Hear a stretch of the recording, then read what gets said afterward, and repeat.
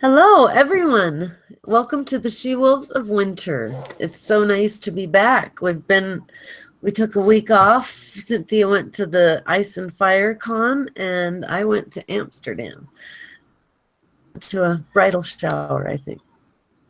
We're all over the place and had a blast. And I think we should, at some point, hear about Nan's trip for sure. So tonight we're going to discuss, well, first of all, let's introduce ourselves. We're going to discuss the Tourney of Harrenhal. It's going to be really fun. So I'm Ashley from the Iron Underneath, and I will let my Nan and Steffi introduce yourselves. Want to go first? Okay, hey everybody, it's Steffie. You can find me here at the She-Wolves of Winter, and yeah, we're going to be talking about the Tourney of Harrenhal tonight. Can't wait. This is O'Neill. Nan? Thank you for coming, everybody, and we appreciate you being here. We hope that you enjoy it. We hope we can come up with some new ideas on the Tourney of Harrenhal, and let's get this show on the road. All right, let's do it. So I'll just give some background on the tourney and the year of the false spring, which is when it took place. You know, the year of the false spring, as I think we all know, but just as a side note, is one of those things that year of the false spring, but it didn't last for a year. It lasted for four or 5 months, I think.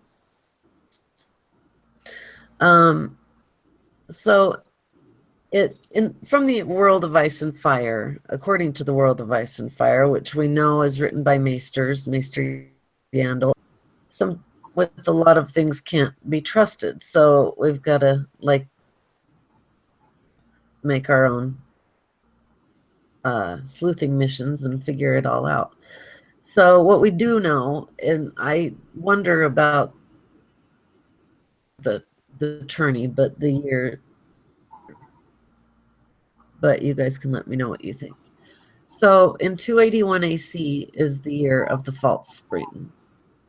The winter had held its grip for close to 2 years at that point, and the year of the false spring, the last snows were melting, and the woods were in, and the days were growing longer. Even though the white ravens hadn't yet flown, there were many even at the citadel who believed that winter's end was nigh. As winter warmed from the south, lords and knights from throughout the 7 kingdoms made their way toward Harrenhal to compete in Lord Walter Went's great tournament on the shore of the God's Eye, which promised to be the largest and most magnificent competition since the time of Aegon the Unlikely. The thing about the tourney itself, it was announced by by Lord Walter Went, the Lord of Harrenhal, in the year 280 AC, after a visit from his younger brother Sir Oswell Went of the Kingsguard, Aries II Kingsguard. So it seems as though it was something that got it was also for a wedding of the younger sister, but it seems like it's this visit from Sir Oswell that got in motion. And the funding of the tournament is a little bit suspect in the World of Ice and Fire, that it was Rhaegar that funded the tourney, that was the shadow host.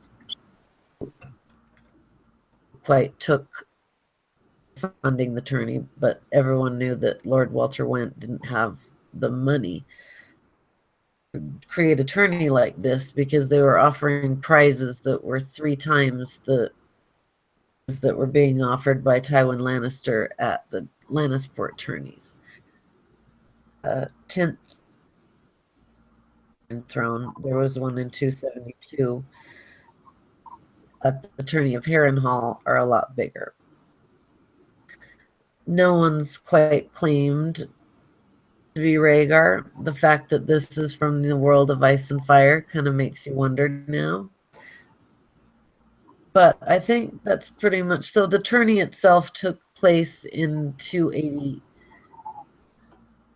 It seems like it was in the actual spring. That's also questionable when the actual spring was. It was announced on New Year's of 280, so maybe it was the spring of 281. That's all I have to say for now. I'll let someone else speak. I'll admit, well, you know, it's assumed that during this time you've got before the Tourney of Harrenhal. I'd like to go back just a little bit. Let me find a place here. You got the Duskendale, the Defiance of Duskendale, and they refused to pay their taxes.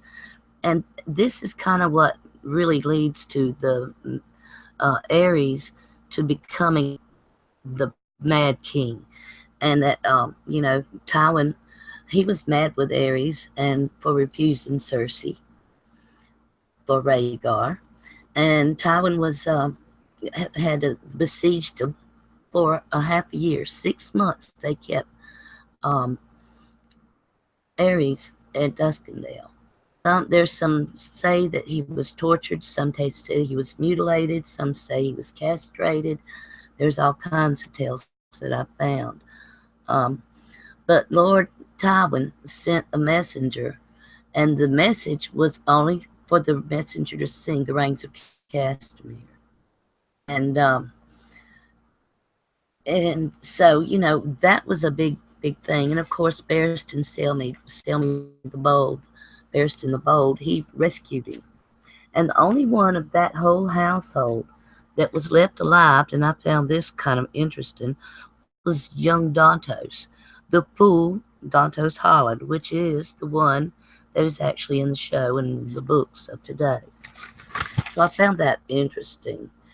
And it was, and you know, you have Varys over there whispering into the king's ear that Rhaegar and that Tywin are plotting against him.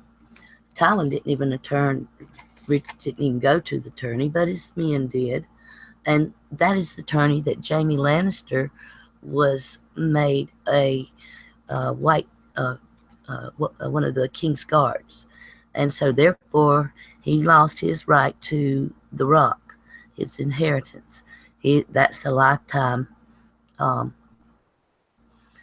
But the one thing I found out is that in the spring of 81, Elia conceived a child number 2, and that she was already pregnant with that child number 2 when this early spring came about. The person I'd like to talk about is Helen Reed. And it said that Helen Reed spent the winter at the God's Eye. And then when the false spring began is when he started making his way towards Harrenhal. And I think that he was there and he was given a mission. And his mission was, as Mira said, to meet the Green Men. He was going there to talk to the Green Men. And then, of course, he continues on. And I'll let somebody else talk for a while. Okay. I guess I'll just start off at what Ashley said. Okay, so you said it was 2 years for the winter, and then there was this basically, the Tourney of Harrenhal was basically a glimpse at spring. Not that it was actually spring. So you definitely see George R. R. Martin putting a lot of thought into the titles of his books, being The Winds of Winter and then A Dream of Spring. Being that maybe it's just a glimpse, like a moment that is frozen, and it's not actually the end of winter, which is really ominous if this is any reflection of that. As for the funding of the tournament itself, for me, I don't think Rhaegar would have done it without someone on the small council knowing. And if Tywin is there, he probably has everyone in their pocket. I forget who's on the small council at the time, but Aries has like pyromancers and all that weird stuff. So I'm just wondering if Tywin knew that Rhaegar was funding it. But you're talking about the tourneys that were held at Lannisport for I think it was Viserys' birth or Aries' reign as king or something like that, 10 years of reigning. And supposedly it was a lot less money, which means that the Lannisters were broke even before this, like before the events now, if they can't even afford a tournament for their king. You know what I mean? As for the Wents, I'm pretty sure if anyone has watched our previous videos, I believe one of Old Nan's kids got impregnated here by one of the Wents, and that the offspring of that person is Hodor. And we also see a glimpse in the Bran of Dance with Dragons chapters of huge giant bats that are skeletons in this cave. And I feel like it's just pointing it out even more obviously than anything. And also you have like Catelyn was a Went and all this other stuff. As for Dontos Holler, in the Brienne chapter, I believe it explains a lot of their history. But for me, if Dontos Hollard is any way, shape, or form, like I believe even if he was taken on as a squire for another house or like adopted in some manner, he would have carried his genes on and he would have been equally as smart, which makes me feel like Duskendale, whoever was behind Duskendale wasn't. Like, you know what I mean? There was also another shadow figure behind that event itself. And I don't think I could put it onto that family. I just think Aries was crazy enough and thought, I'm going to kill the person that did this. The Night of the Laughing Tree, I guess we'll get into that a little later. Just want to save it. Wonderful. I love it. That's interesting. The Wents and Hodor. Forgotten about that, and I love that. So, Duskendale, which is so interesting. I mean, it's something that I don't know a lot of what happened. I tend more and more to think, excuse me, I have to fix this camera. It looks like I'm in the dark. So it seems to me like something really horrible did happen to Aries. He was there for a year in Duskendale, and Tywin just seemed to have the time of his life keeping him in there. It was I think it was Barristan who just couldn't take it anymore and got him out. But about Aries and his fingernails and the way he won't let anything sharp near him and all of that, or if he wasn't castrated and if he wasn't him, maybe that was, you know how Jamie describes standing outside of Aries' bedroom listening to Rhaella scream, "You're hurting me, you're hurting me." And I've talked to a couple people about this, Mr. Payne being one. Really interesting opinions about it that I think are really cool. One being that it might not have been Aries. He might have been in the bedroom, but it might not have been Aries screaming like that and making her.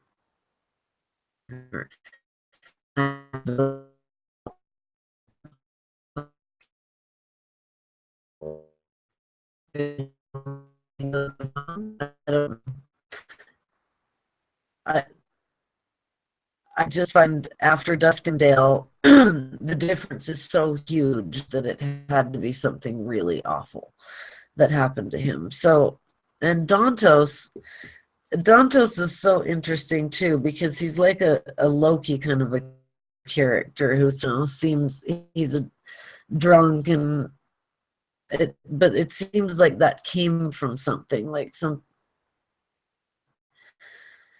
there's something about him that's he's a lot than he seems, and I think there's a lot. Yeah, whispering into Aries' ear was a big thing that made Aries crazy, and that was a big part of the reason I think why he went to the tourney, because he was afraid people were talking about him and he didn't want to show up. So being knighted is so sad because 14 or 15, and he was, I think, the youngest knight to be knighted, youngest boy to be knighted into the Kingsguard. You know, Gerald Hightower's handing him the white cloak. It's at this tourney, and it's a beautiful thing and such a big deal in a good way. But instead, it takes his Tywin's heir away, and it takes Jaime's, basically, of being ever a father or the Lord of Casterly Rock. So also Elia conceiving Rhaenyra in the spring of 281. That's interesting too, because it seems like Elia, think of the Martells and how they all behave. They're also open, they're also minded, they're also free sexually. Makes me wonder if Elia wasn't more than it seems. I also don't think that Elia was so weak. I mean, we have this idea of Elia being really weak, and because she couldn't have children after Aegon. But I don't think she was a weak woman. She was a Martell. Rest, you know. I really do. I think she was a lot more passionate and a lot more opinionated than we think. Howland Reed, I have a lot to say about that, so I'll get into that later. Great thoughts, ladies.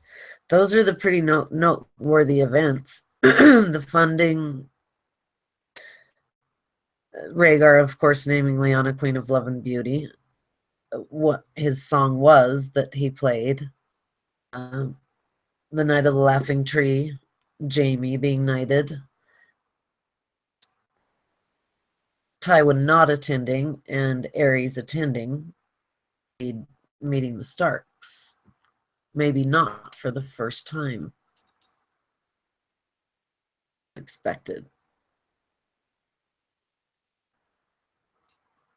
And it seems a little magical that I haven't quite found yet, but I'm almost there. What are your thoughts? Okay, I'll try. Oh, Go ahead, hon. no, you go.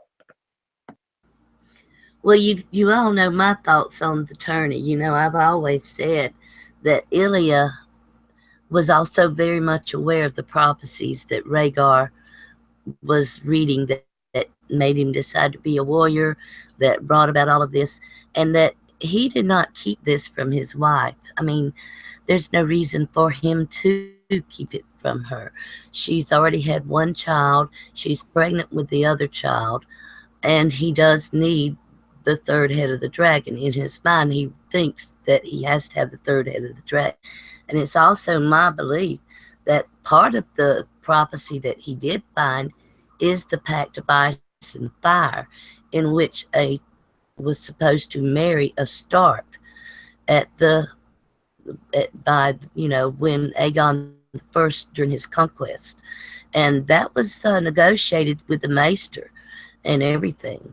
And you got to consider also he's got a wife, that Ilya, he married by the Seven, Faith of the Seven. Well, Lyanna does not follow the Faith of the Seven. She follows the old gods. So it would be kind of balancing out that he would have one of one faith and he would have another one of the old gods, the first men. And we've men extensively. So yeah, I do believe that the Tournament of Harrenhal was possibly not only to talk about Aries and his madness since Duskendale, but also to let him fill out this situation and to discover, what there is to find out, and as far as this prophecy, and if he did find out about the Pact of Ice and Fire. Okay, Steffi. Okay, when it comes to the funding of the Tourney of Harrenhal, you're talking about now. Did I freeze? I think I froze. No, go ahead. You're fine. Okay. It just went like eerily silent for a second. Okay, so the funding of the Tourney of Harrenhal. I brought this up earlier too. And how there had to be another shadow person behind it. And for me, I would think that it could have possibly been the Starks, just for the fact that they are the most stably economic region in Westeros. It just begs the question on who actually funded it, because you're also talking about when Rhaegar did steal Lyanna. Although Brandon got mad, you're talking about their dad, I forget his name, Rickard, I think his name is. He went and he tried to talk Aries out of killing Brandon. So it makes me wonder if their father somehow knew about this Pact of Ice and Fire, and whether he thought Aries knew about it as well, but Aries didn't, and then it resulted in them both dying. So it almost seems like, to some capacity, that the Starks knew more. And also you have to look at who is it? Who am I thinking of? I'm trying to think. Lady Dustin and her theory on the Maesters and how much they influence the Starks during this time. So you wonder if, from that alone, you think that from Rhaegar being attached to Gerald Hightower, what is House Hightower doing right now? They're researching into the dark arts right now. So it almost begs the question if it kind of flowed from the Citadel all the way to the north, and that was the way they kind of corresponded back and forth. Like there was this north and south thing. It's kind of like the theories that are going on online on how House Martell has a lot to do with the Citadel and the Maesters, but I don't personally subscribe to that theory. I believe Hightower is the house, right? We're like alchemy and research and magic and all that stuff. As for Jaime being knighted, I do find it a huge slight, but when you go into Jaime's chapters, he doesn't think of it as a slight. He's just like, oh, like, I got knighted, I got the greatest honor. And then his next thought is screwing Cersei. And he's like, oh, shit, I can't do that anymore, right? It's not a big deal, where to Tywin it is. And if Jaime is 15, you're talking about Tyrion is somewhere, what, like, in his, like, late 10s? Like, somewhere there, right? Like, 9, 10. Hold on. It doesn't matter. He was really young. So how would even Tywin know at this point the intelligence of Tyrion himself? Like, Tyrion could have ended up to be, like he says in the book, half the size of Jaime, but also the same amount of man as Jaime. Like, he has that bloodlust on the Blackwater and all that stuff. So how did Tywin like end up judging this little kid so early on? Outside of Joanna, it's suspicious. Like, I think I would have gave, like, if I was Tywin, I think I would have gave Tyrion the benefit of the doubt, and then on top of that would have gave Jaime the benefit of the doubt, right? Because you could have still groomed him, you could have still put as much effort into Tyrion as you did Jaime those 15 years. So it's a little weird for me. Also on top of that, if Rhaegar or if Aries said no to Cersei being Rhaegar's bride, then why would he find this any more of a, like, you know what I mean? Like, throwing your daughter out the window compared to having your son raised to a position of honor. For me, they're two different things. Like, I would be more pissed of you throwing my daughter out of, like, the options list. As for Ilya, I do believe she was strong. You can, of course, see that with the Sand Snakes and Arianne and all that stuff. But yeah, the prophecies, I definitely negate that to Gerald Hightower versus Elia Martell. For me, I feel like Elia knew it or knew some general issues about it, because Dany's prophecy of him playing the harp, and he's like, oh, he's got a song ready, right? Like, she doesn't really comment on it, but like, she's like, oh, like, you would assume that she was just like holding her baby, and she's like, oh, okay. Right? Like, it doesn't matter. So for me, yeah, I feel like it was more of his King's Guards, like the ones that were at the Tower of Joy itself, versus who he was familiar with, if you get what I'm saying. Yeah, That's it. I do. Interesting. If I like I that. may, if I Please, may, I man. just want to step back. On the funding, consider, when you made me just think about this just a while ago, you got, is it when you said the Starks? Well, you got to consider that at that time Brandon was married, was engaged to Catelyn, and Catelyn is related to the Wentz. So there could have been some type of connection with some association of John Arryn involved as well. With, I think it was her mother was a Went. So there could be that. And if I'm not mistaken what you're saying, are you saying that House Hightower, they're researching the black arts? We all know that. But you think they're doing it at Rhaegar's request? I mean, it sounds reasonable to me.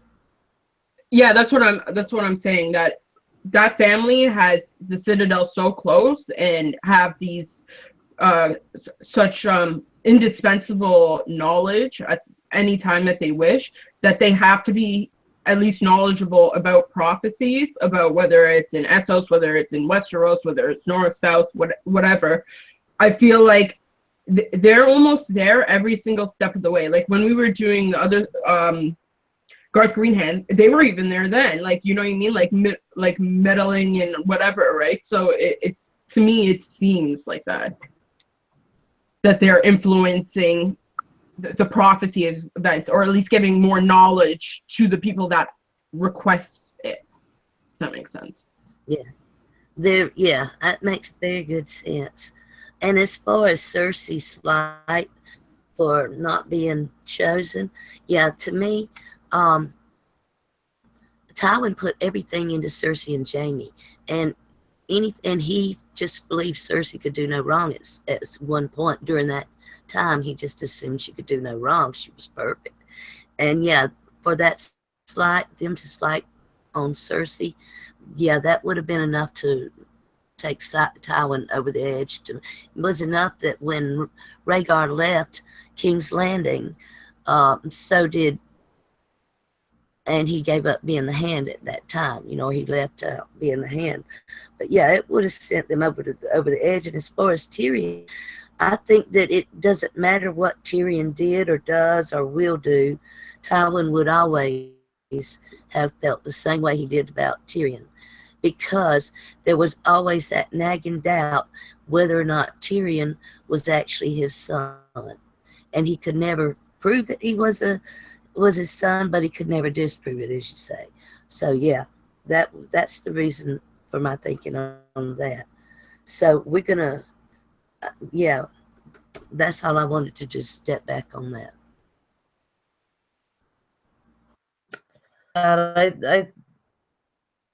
When I was looking at all this today, that it's such a between Tyrion and Bloodraven, the way that Tyrion's blamed for everything and all of it really reminds me of the way Bloodraven was blamed for everything, or the sickness, the spring sickness.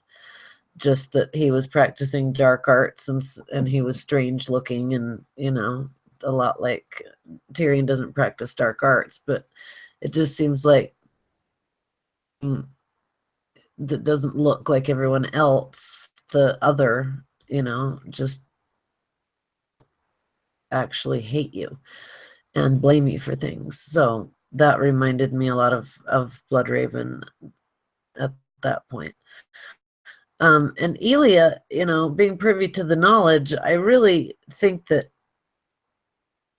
she was she was definitely aware of the prophecy of the three heads and of a song.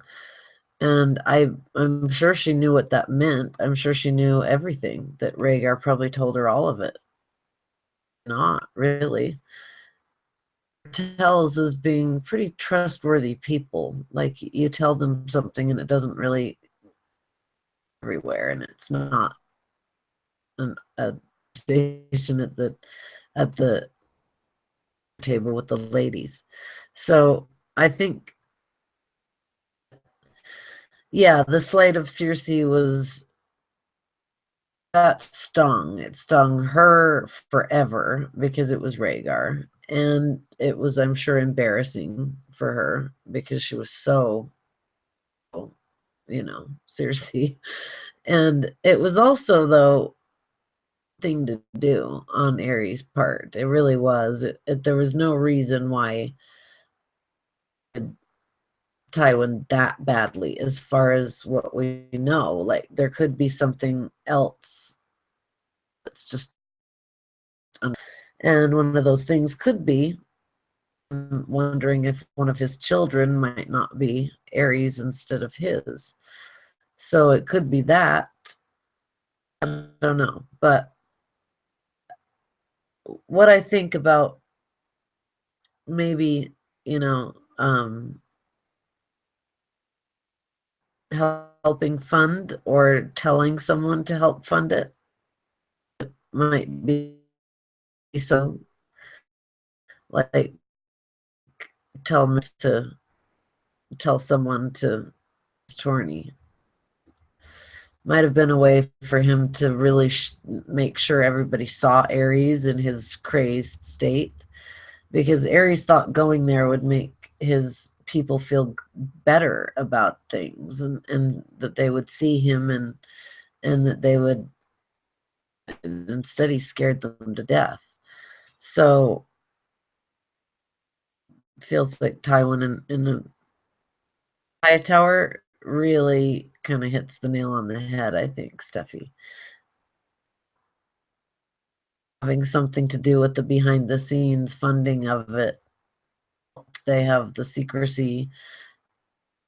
They do it. They're right there. And I think that this tourney had a lot to do with a lot of magical forces, a lot of fertility stuff, a lot of, along with spring. So to bring a false spring means fertility, it means conception of children, it means falling in love, it means for all these people, Ned's dream, in his dream about this, he says he was 18 at the time and came down from the Erie to the Tourney of Harrenhal. So it was kind of like this romantic thing for all of the younger people. Meet the person that you might fall in love with, or, it's kind of like one of those wonderful summer, like, so it must have been a wonderful thing to go to attend. The other thing about I always think of the three heads of the dragon and with Elia makes me think Cynthia, you had said something to me earlier about being part of that. And as I was thinking about that, I was thinking about how Arya asked the sailor's wife in Bravos what the trio statue meant. I think it was Arya. Maybe it was Tyrion, but I think it was Arya. And the sailor's wife tells Arya that head eats the other head, and she doesn't know what the third head does. So it's like the first head eating the second is like the father and the son, the king and the heir, two kings to wake the dragon, that kind of thing. Even that line, that random line from A Dance of Dragons in the John chapter that says they're talking about just out of the blue for no reason. They seem like they're outside of Maester Aemon's room talking about what is important, and that what do they say? Kings to wake the dragon, so the father first and then the son, so both die kings. Think about the blood and the fact that you said the Starks might have is really interesting, and it raises the stakes a little bit because just Rhaegar did about the prophecy, or told them knew, but it seems like this has a lot to do with that, and that the second, maybe the third, quite eating the second, maybe it's consuming the second, so it's like almost like a consummation. So the third head might be the child that comes of that, or it might be dying, the heir dying, and then the third head being, or it might not be a dragon. It might actually be first men blood. So when we come to the high towers, it makes me think it is first men blood, and that maybe Elia was, because it's not part of the mix, but the mix of the first men blood and the Valerian blood of they're both king's blood, that they're both equally as powerful king's blood, Valerian blood and first men blood. I think we see this now with everyone, so it makes a lot more sense to me now with the three heads of the dragon. I think that was a big thing that they must have discussed. I think that Rhaegar had to have a sort of plan where he had to understand that there was a chance he might have died, and so maybe to set a plan B in motion, and that maybe Tourney. It was just something that came to me today. I wonder what you guys thought about that.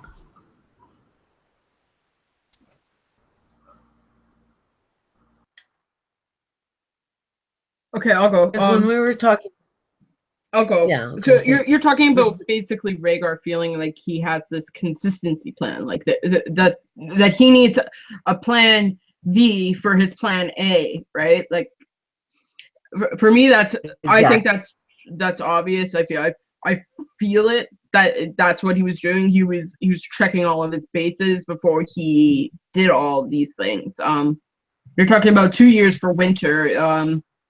We're talking about halfway through winter is when this tourney was announced that it was going to happen. So yeah, definitely, that's a lot of time to like prep, like go around, check everything, make sure the maesters get whatever, make sure the people get the right information. On top of that, I do find it very strange that Mace Tyrell, who is basically the stupidest person in the entire series, and they depict him as such in the show really badly. I feel like they maybe don't give him as much credit.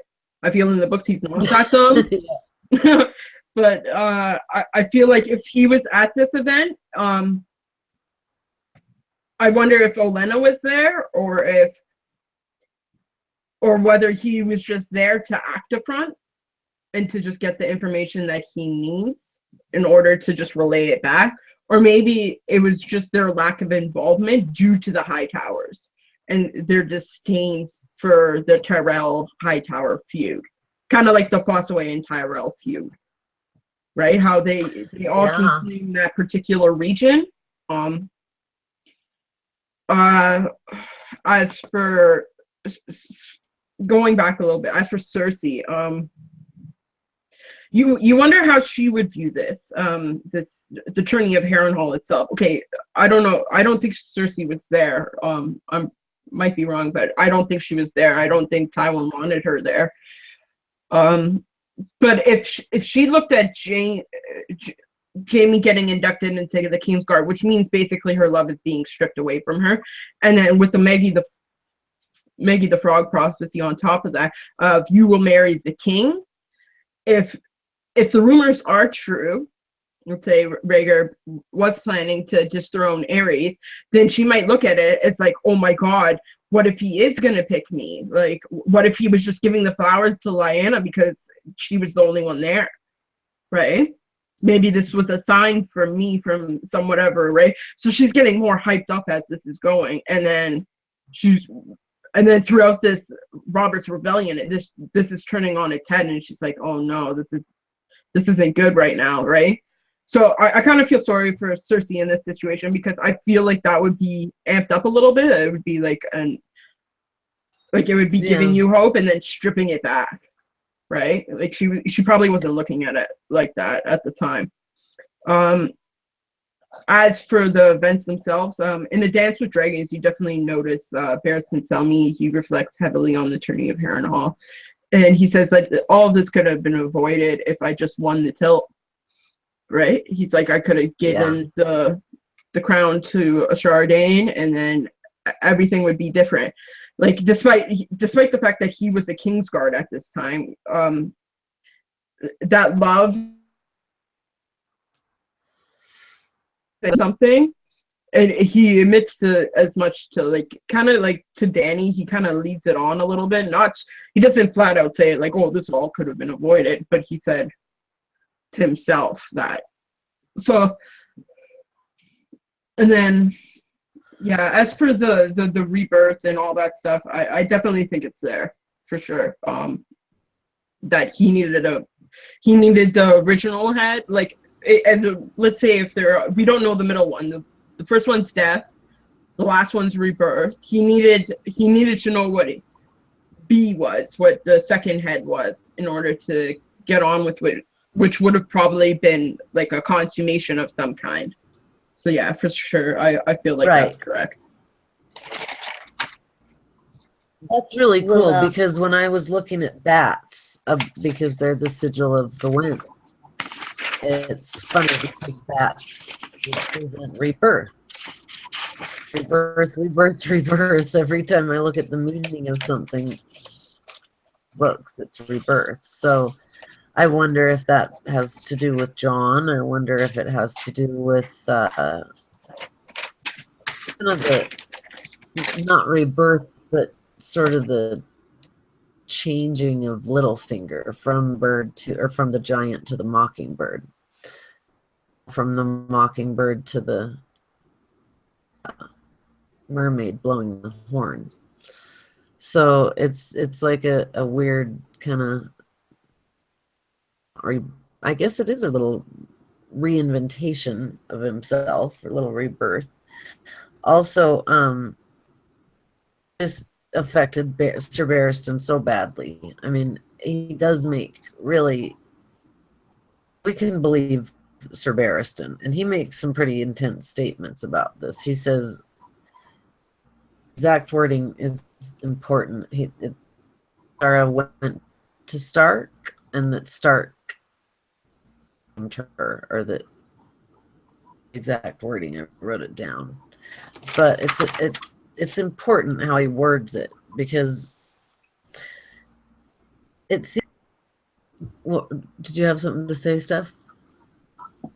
Okay, yeah, I did have something to say, and I'll help you out on that after. Okay, so yeah, I also commented on Peter Baelish and why he possibly could have chose Dontos if he knew the involvement of the Lannisters for Duskendale, and he just wanted to wipe them out flat straight, and he used Dontos, who could have possibly wanted revenge as well on top of that, right? To kill Joffrey. You want to kill my family, I'm going to kill yours. So for me, it seems more than just money that he's killing in that situation. He's also killing the truth in that situation. If this ranting is true. As for Barristan Selmy, he says she would have looked at me instead of Stark.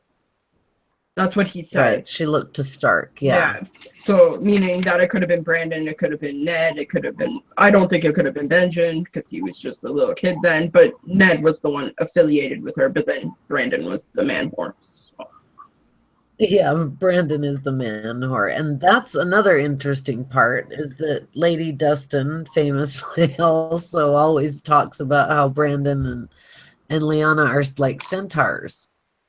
Centaur is a really sexual object, so it seems to me like Brandon's wild sexuality was sort of shared by Lyanna a little bit. Wasn't so maybe so chaste. It makes me think that either she wasn't or she was not seen. She was so wild, so it could be that. It could be just the way she was seen by other other women or jealous women like Barbary Dustin. But it seems like, and that Sir Dontos thing is just really cool, I have to say, because it really does mean that Littlefinger keeps sort of killing the Loki aspect of things. Quite the Loki trickster aspect of things. He does that, but he doesn't. He has to somebody else out in the process. So there's always casualties with Littlefinger. This is something for I think for Cersei that would, I think it screwed her up pretty badly. He thinks about Rhaegar. It's not a good, that she was slighted, that when she sees Oregon Waters, it all comes how she was by Aries. I think that is something maybe just, I know that she cared more about Jaime, but she seemed to really care about Rhaegar. So I think that was one of those things that kind of always was in her mind, that want her, or Aries didn't want her to, like, she wasn't good enough. So I wonder if that added to her madness a little bit. Honestly, I don't think Cersei cared about anybody but Cersei. I mean, she killed a child when she was a child. So I really think that she's been that way most of her life.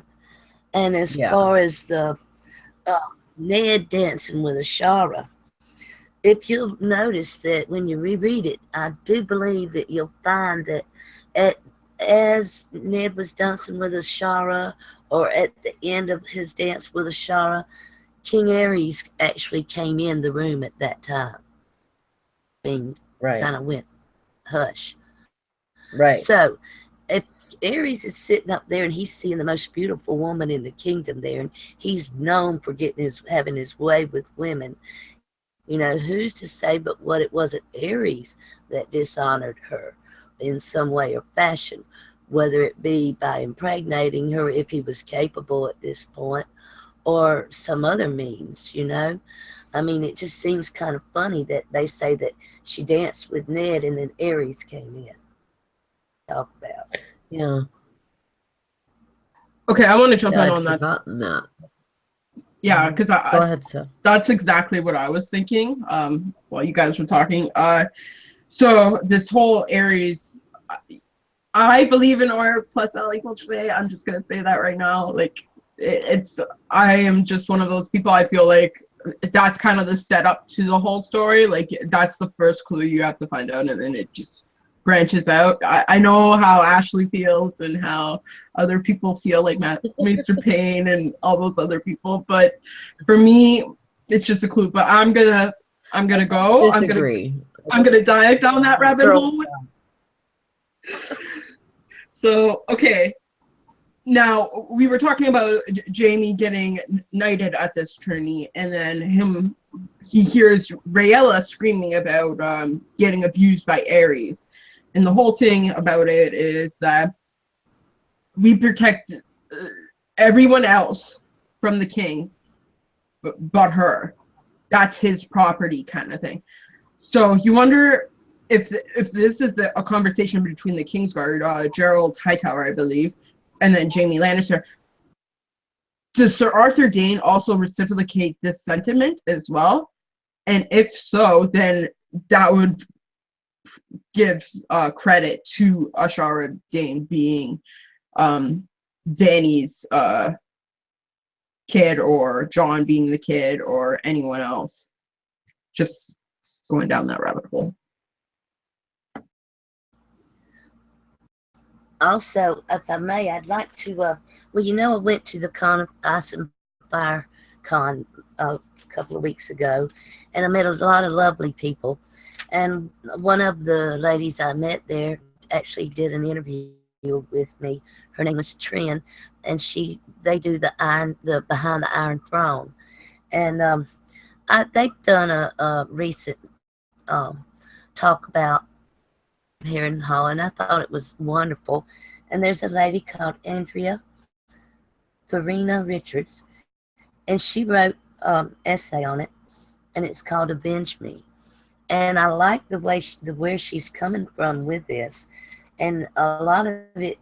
What I basically got from it was that Howland Reed was on a mission, and his mission was to join the dragon and the wolf, which is basically what I've been saying all along, the fulfillment of the Pact of Ice and Fire. And I like the way she put it, one of the things that she brought out to me, and that it's always stuck in my mind too, was that Mira was comfortable talking to Bran about the Night of the Seven Kingdoms, but she would not talk about Howland's journey to the Isle of Faces. And you also have Jojen that says, Mira's telling her that it was a little Krennic man. And you have Jojen that says, or not. So that's a little doubt as to whether it really was a Krennic man or not. Was it Howland Reed or not? But I think there is semi-canon or canon enough to support that it was Howland Reed. And that, why was she, it was not her tale to tell. She could talk about the Night of the Laughing Tree, but she could not talk about his mission to the Isle of Faces. And even Bran says, that's where the green men are, and no one goes there. And Mira tells Bran that's who he was going to see, is the green men. So I think that goes back to the fact too, a lot of the prophecy and the fact that he was said to have been able to talk to the trees and all that. So we know now what is behind the weirwood trees, that it is a green seer behind the weirwood trees, and that they're talking, and they have capabilities of seeing into the past and the future. So this could have been his mission from the old gods. And I like that. I've always thought that as well, that, and I'm glad to find somebody else who kind of feels that way too. But what do y'all think about that?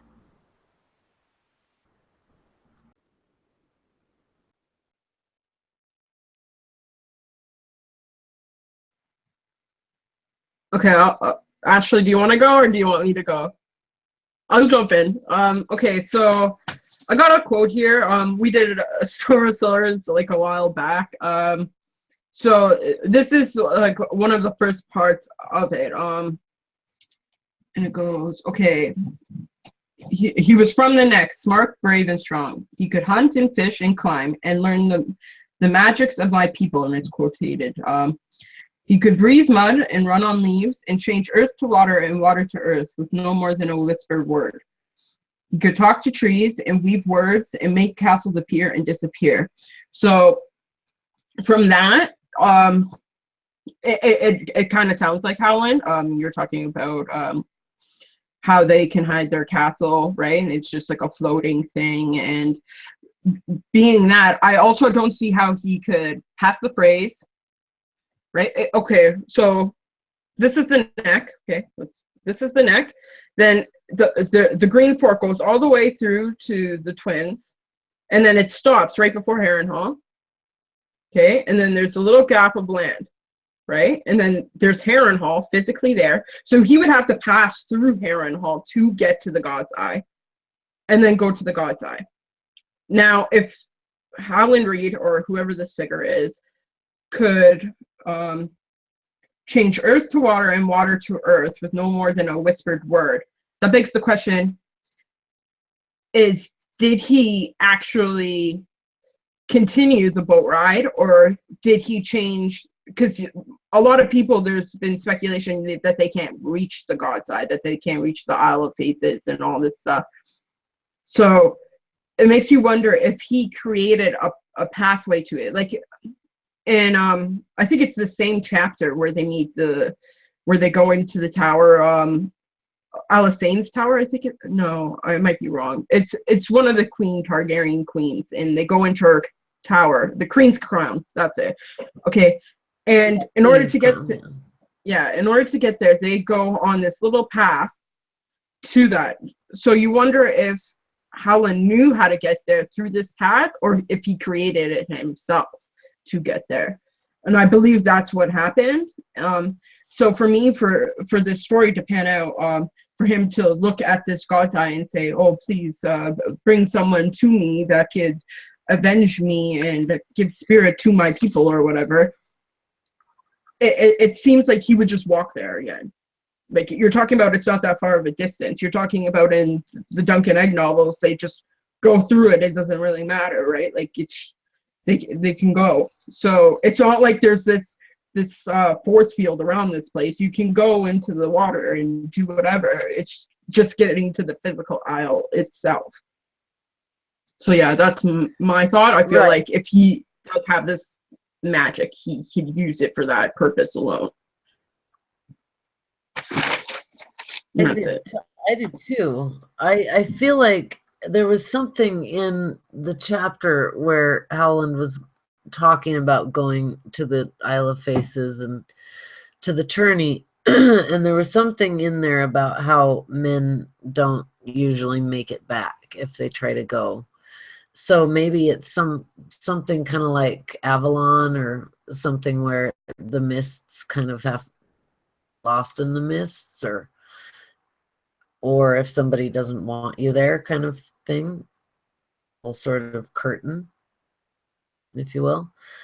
The cool thing about the Green Men is that I got really interested in the Green Men, really interested in Garth Greenhand and the Green Men when we were at video, the Gardener Kings and all that, because it ties into Celtic mythology so perfectly, and the first kings of Ireland and all of the mythology of Ireland really different in this. So the Green Men also, I just listened to an interview with George saying that someone had asked him if he was if we were going to see the Isle of Faces and if we were going to see the Green Men and the Order of the Green Hand and those wonderful knights that come from the Reach, that we discussed, that we will be seeing them in later books. So that was so exciting for me to read or to hear. And I thought, Okay, so that means that this is the secret order of people who keep knowledge, and I made a reference to either some kind of mystery school like the Knights Templar, Freemasons. And it seems like Reed was going to the Tourney of Harrenhal and went to the Green Men for counsel. They would have told him something about, and to them is keeping the balance of the world. So that's sort of what Garth Greenhand was responsible for. It was more about fertility and stuff like that, like agriculture, fertility, and spring, that, but it was also between the seasons and all of that kind of stuff in the Reach and the chivalry. That's a big deal, I think, when we're talking Long Night, and because also Ragnarok is all about. It's funny because they've mistranslated the meaning of Ragnarok for a long, long time, and they thought that it meant twilight of the gods, and it actually means doom of the gods, which I found kind of interesting. So I wonder if more a Children of the Forest event, that's what that would lead me to believe. So instead of just something that happened, it was magic, and it was a place that they didn't want dragons anymore, of something that, because Ragnarok, the doom of the gods, it actually means gods against men or anything like that. It's gods and men against nature against gods and men. So that really tells me that all the different factions are going to have to come together out of trust, kind of like they did with Mance Raider. It's going to have to be the others are here, they do exist, do something about it. Like no one in the South really seems to kind of seem to, but most don't. And the two that seem to know are the Hightowers and the Reeds. Really understand and remember, and maybe the Royces too. Even the Starks and the Targaryens have forgotten. Littler houses remember, as do the Wildlings. I don't know. I guess what I'm trying to say is I think that first king concept of the Green Men, or of Garth Greenhand in the Reach, encompasses the North as well. The first king in the Barrowlands. I think that's more of a kind of, this is the king of art and the first king of the first men. And that makes sense. So them being on the shores of the God's Eye at Harrenhal, and can see what's going on, and with all those weirwoods there. So if they gave Howland Reed counsel and it was about balance, translate that over into the Stark camp, give them information maybe that they had forgotten. Rhaegar played a song, like to say this, talking about, this is the song that it talks about. So maybe they didn't know. Maybe this song had something in it that was something people had forgotten. I don't know. I'm not saying this very well. Say that Rhaegar came there with a purpose. One, the prophecy, and two, the Iron Throne. Go together.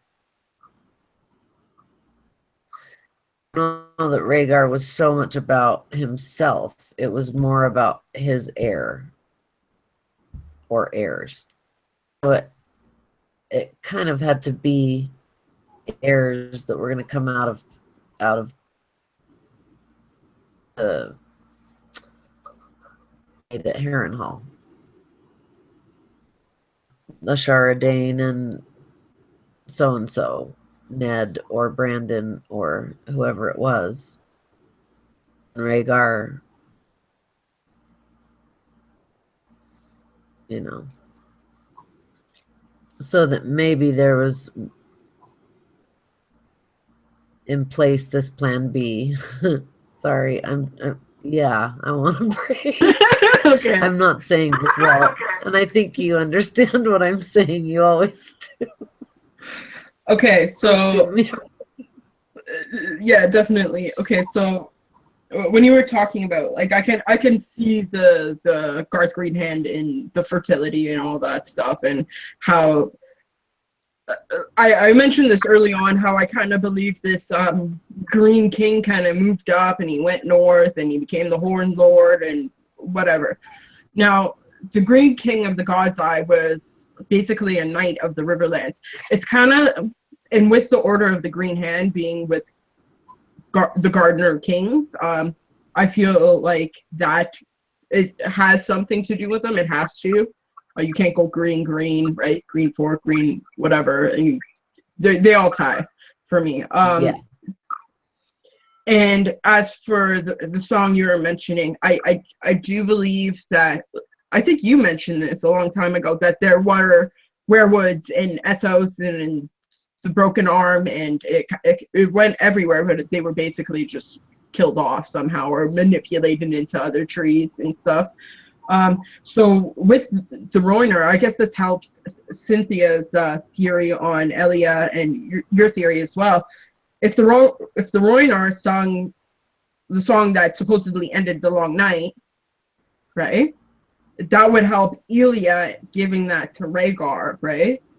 And if, like, it kind of neatly ties that together. I didn't look at it like that before. That's very interesting. And I forget who mentioned it in the chat. I think it was Crazen. Crazen 8. He mentioned the Arthurian. Yeah, he mentioned the Arthurian legends, and I could definitely see that with the River King. If Howland does have these gifts, him going to this mysterious castle. And then you also have, like, depending on what version you take from, you also have the castles technically made out of glass, which is then again the Faith of the Seven and the whole crystal and all that stuff. So definitely the merger of both those realms, right? And then when you think about the story about like Percival and then his sister, I forget her name. You might know it, Ashley, but I don't remember it off the top of my head. Oh, but like Alden or oh damn it, it's gonna bother me now forever. Okay, so his half sister is in there. Sorry. His half sister is in there, and basically she walks in with the Holy Grail or this book of knowledge or whatever, depending on the version you take it from, which could be the werewood trees or it could be some form of prophecy or anything like that. And basically because Percival is told by the River King not to ask about it, it basically ends up killing the king in the process. So that definitely relates to Howland Reed possibly, and how maybe him not asking what this object was or what this knowledge meant in an entirety is ultimately what probably got maybe Aries killed or what got Rhaegar killed, because he didn't intervene like he should have, like Percival should have, right? Which is later changed for Galahad and all that stuff. So it's definitely interesting to look at. Also, I'd like to bring up the Ghost of High Heart for a second, involving the Howland Reed involvement. The Ghost of High Heart just gets dreams. Like it's not so much like Jojen gets it. Jojen gets green dreams. And I feel like those are more a gift, where the Ghost of High Heart, she more or less has just this blood, and she kind of listens more, where Jojen is attacked, right? He's given that information on purpose to do something with it. Where the Ghost of High Heart, she's kind of like, oh, I'm going to just trade this for a song, I guess, right?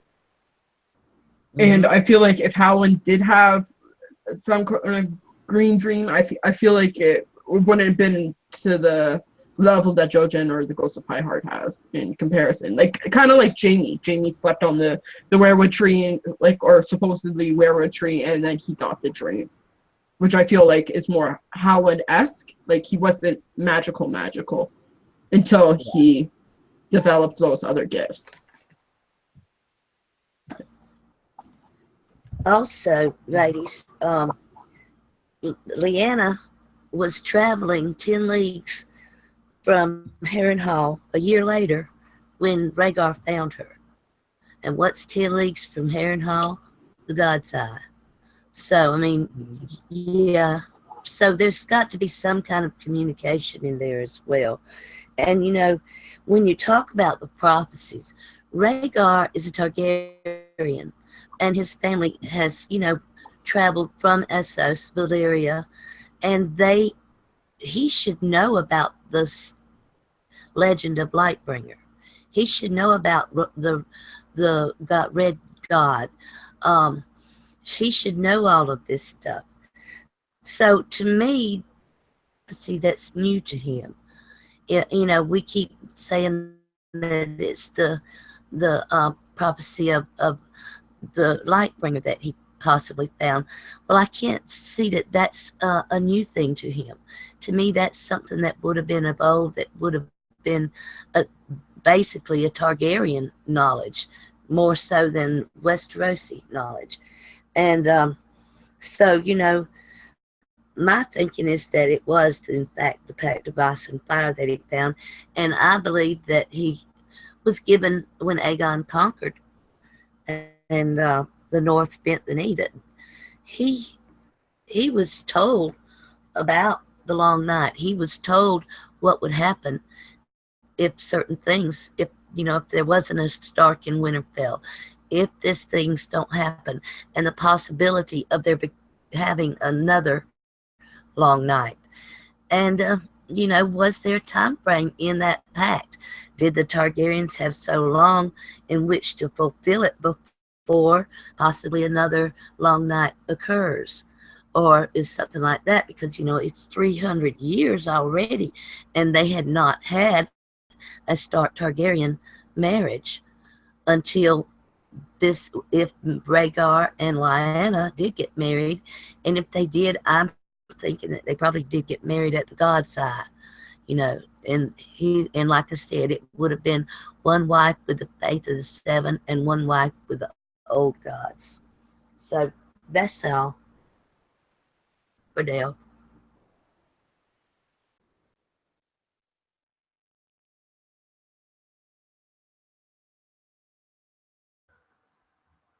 I like that, Nan, because you've always talked about the Pact of Ice and Fire and how it still needs to be fulfilled. And this would mean that maybe Howland Reed's counsel was that he needed to bring the dragon and the wolf together. So really, he might have even put himself out there and to anger the squires, or done something to call attention to himself, so that all this would go down the way that it did, or at least Lyanna would come in and save him, because maybe his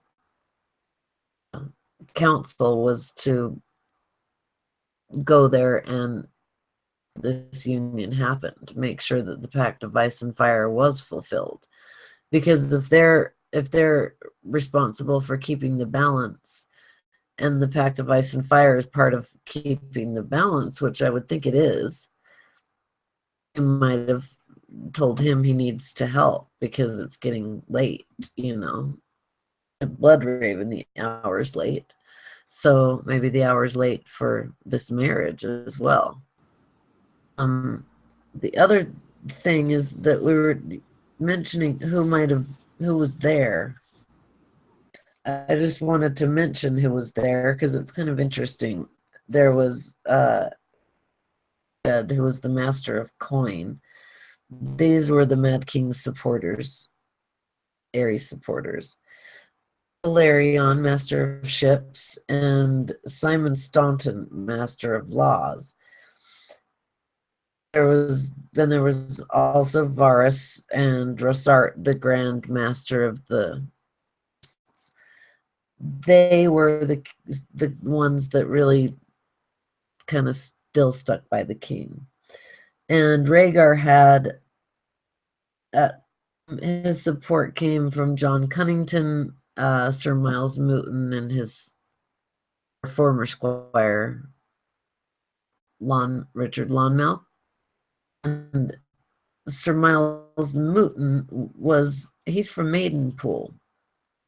They had a tourney at Maidenpool also. So I was going to look at who had won jousts in each tourney, because I think it repeats. I know it repeats, but I think it matters who beat whom in each tourney. I think it leads us somewhere. Does that the Dornishmen who came to court with Princess Elia were in Rhaegar's confidence as well. Prince Lewin Martell, and that, of course, Arthur Dane. Also, Maester Pycelle and Lord Owen Merryweather, who was the king's hand at the time, they got the task of keeping peace between the factions, and rivalry grew worse, of course. At that time, Pycelle actually wrote a letter to the Citadel saying that the divisions within the Red Keep of the Dance of Dragons, what led up to the Dance of Dragons. So, was, because of the support of Queen Alicent Hightower and Queen Rhaenyra Targaryen. So, if we're looking at that happening again, this was between the difference of Rhaegar and I guess the faction coming up of Robert and Jon Arryn, because Ned was kind of on a different path, with more of the Targaryen sort of Targaryen supporter or anything, but that he was friends with these people. After the Robert's rebellion, after he was fostered by Jon Arryn, but it came back around for Ned, I think, when he got to the tourney, that came more about after the tourney about Jon Arryn and Robert Baratheon, where before it was about in his life, since he wasn't going to be the Lord of Winterfell. And the houses Hay, Blunt, and Frey were the squires, yeah. One of them was a Frey, of course. Stupid phrase. So that, reminding of the Dance of Dragons, that just keeps coming around, the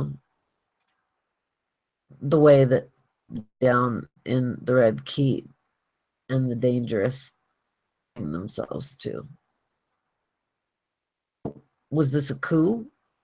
Was this an attempt at a coup, or was this just, it had already almost happened? What do you guys think about thought of it being a coup? I definitely think it was a coup.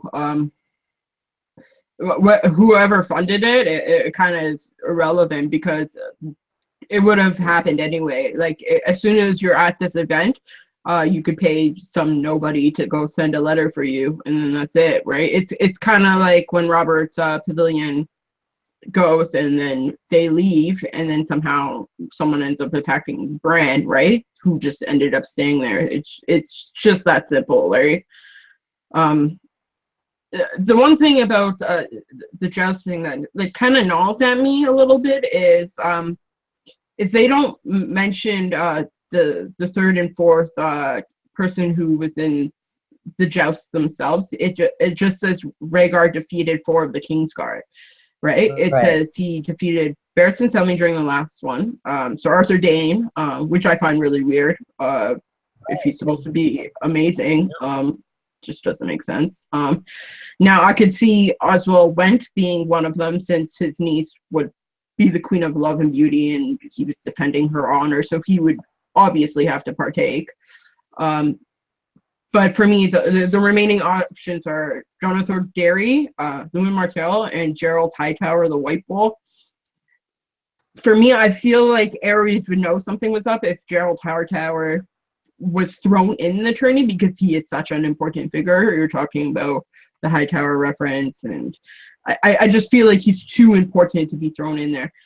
Now, I could see, again, Lumen Martell, if Elia Martell knew, and this, again, is going into that theory that Elia knew more than she was letting on, then it would make sense, because you're talking about when we're in A Feast for Crows, in Sansa's chapter, forget what's his name, Lothar Brune ends up mentioning, it was Pattaya who mentioned it.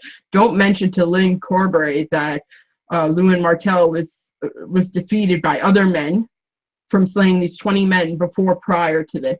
So it would definitely give a hint if we knew that individual was in the tourney, because if he's able to slay all these people before meeting that one last person, because he's so winded and so done, then it definitely plays into Elia knowing more. I just feel like in my bones, like if George R. R. Martin were to give that last person away, or the third or the fourth person away, it would lead credence to this theory. That's it. That's really great. It's true. I agree. Nan, do you want to jump in? Or are you there? Yeah, I'm here. I'm just thinking that, we got so many things that happened because of this tournament. You've got Lyanna being kidnapped a year later. And, we discussed at one point that it possibly could have been Littlefinger who told Brandon about her being kidnapped, and she may not have been kidnapped. He may have just been stirring tales even way back then. And then we have everything goes on. Now, we talked a little bit about the Bale the Bard, and the possibility that Rhaegar took Lyanna as Bale the Bard did and never left Winterfell. And they possibly could have stayed in the crypts or somewhere there. And that makes you wonder about Benjen joining the Night's Watch. Yes, there was somebody there talking about the Night's Watch, but it didn't particularly say at that time that, yes, Benjen was kind of listening and fascinated by it, but I think there was something more to Benjen going to the Night's Watch than just the recruitment. I think he pretty much had no choice in the matter, because I still don't know if they went to the Tower of Joy. There's several things that you got to look at that. There was 3 there, 7 against 3. It was 7 that went out, that Rhaegar and 6 companions that went out and found Lyanna when they kidnapped her 10 leagues from Harrenhal. There was 7 of them then, and then Ned brings 7 with him, the 3. And there's a possibility that maybe they all aren't dead. Yes, in a flashback in the show, that's what we're getting, but you don't know. But what the book may be a bit different in that, because I just hate to think that there would have been such a waste for Arthur Dayne and Gerald Hightower and as well went, whoever, that these could have been just such useless deaths at this point because the war's over. Even with a child up there, did they think that he would hurt John or the child or whatever? And then you got the possibility of a Shara Dane, the question of her possibly having a child. And did she die? Did she really throw herself over the cliff? I mean, her body was never found, was it? So you bringing up that, is it possible that maybe she might have been there when they got there? She went with Howland and maybe is been in the neck ever since. You don't know. I mean, there's so many possibilities with all of this.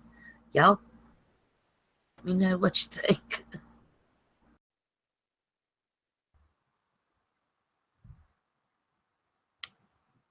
I'll jump in real quick if you don't. I think that there's something about Shara Dane not. I don't think she jumped off the. I just don't think she jumped off the tower. I really don't. I think that the Danes seem like a pretty incredible family, and they seem pretty strong.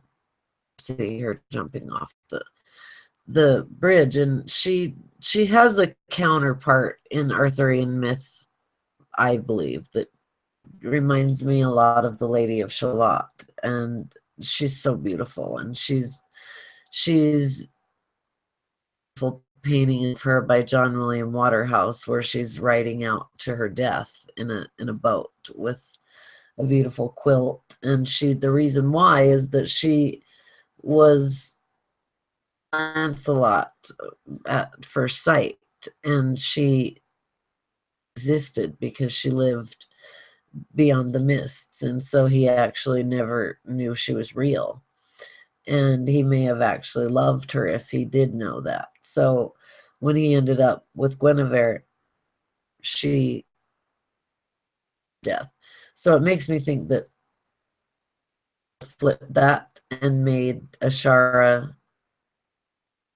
And he's made some statements about Ashara Dane that almost seem like he's trying to make you realize that she's not dead, or that she's still a force to be reckoned with, because there's so many times that make you think that she's Septa Lemore pretty much the whole way along. Find someone else it would be, but when she's beautiful, beyond beautiful at her age, which is over 40, and in those days was, I mean, but it was, you were starting to, your lifespan was not that long, so 40 was and so if she was still beautiful, bathing nude and still looked gorgeous, and different than, any other woman we've heard of, her body, like Cersei's, even when she's doing her walk of shame, none of the other women are ever talked about, like, except so Ashara Dane being the most beautiful woman in all of Westeros, she's kind of like the Elizabeth Taylor of Westeros. So I just don't think she jumped. And it's hard because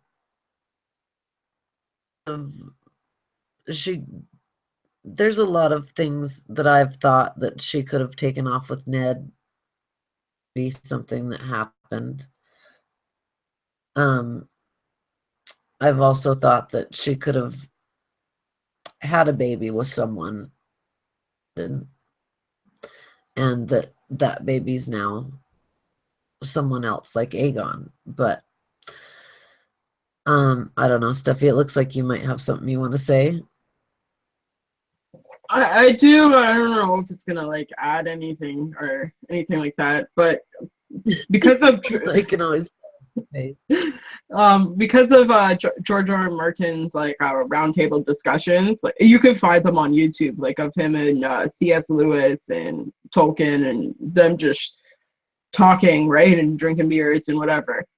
And it got me thinking of Narnia and oh, I forget how to pronounce her name, Lilandia or something like that. Anyway, she's the wife of Prince Caspian the Tenth, and that's why you have Prince Caspian in the Narnia series, who is able to basically revive her and get her back through the getting of all the swords that equals the seven sins and blah blah blah blah. Okay, I'm just wondering if this is any credence. All I can remember from her story, if I'm correct, is that she basically kidnapped a kid, or hold on, gotta think for a second. That she, okay, I gotta look this up for a second because I don't want to get it wrong. Yeah, a witch killed her who was probably plotting to kidnap the prince. So it definitely lends the hand to Quaithe and this kidnapping of a prince, right? Or Ashara is Quaithe, and they kidnapped Aegon, and then Aegon went into his own journey with his little group. So yeah, it kind of seems like it for me.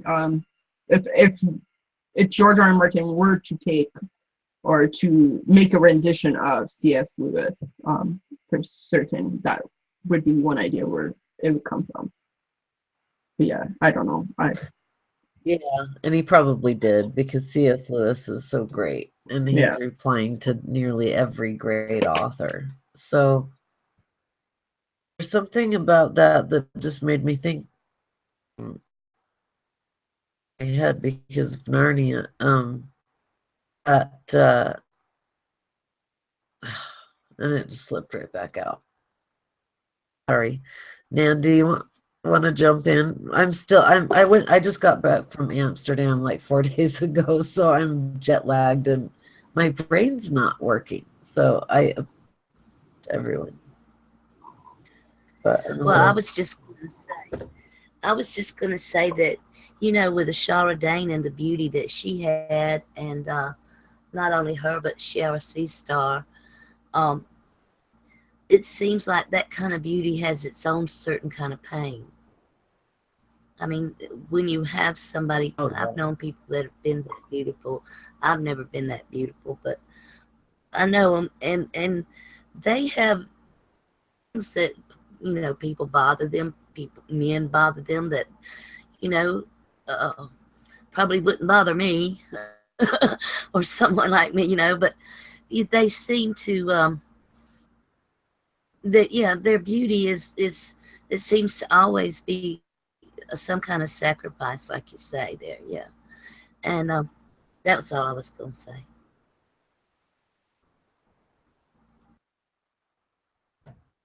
I'm sorry, but that's all I was thinking about when you were saying that. Okay, everybody, I said in our little chat on the side, I said, aside from being sacrificed to the gods due to your beauty for a good harvest. That would be the real concern, like, for me. Like, if I was beautiful back in the day, like, what if I was born in, like, Mexico or something like that and was served up to the Aztec gods and stuff? I would be doomed. I'd be like, fuck this shit, I'm out. Like, crack video, that stuff. If the wrong color hair or the right color hair or eyes, or you could be dead. They did. They sacrificed beauty. Those were the ones that they wanted to please the gods. I mean, when you got someone that's so beautiful, they're going to have their own certain amount of terror. They're going to be the first ones to be sacrificed. Yes, Steffie.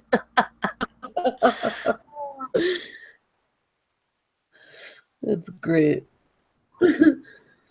Yeah, I mean, think about the Belle the Bard.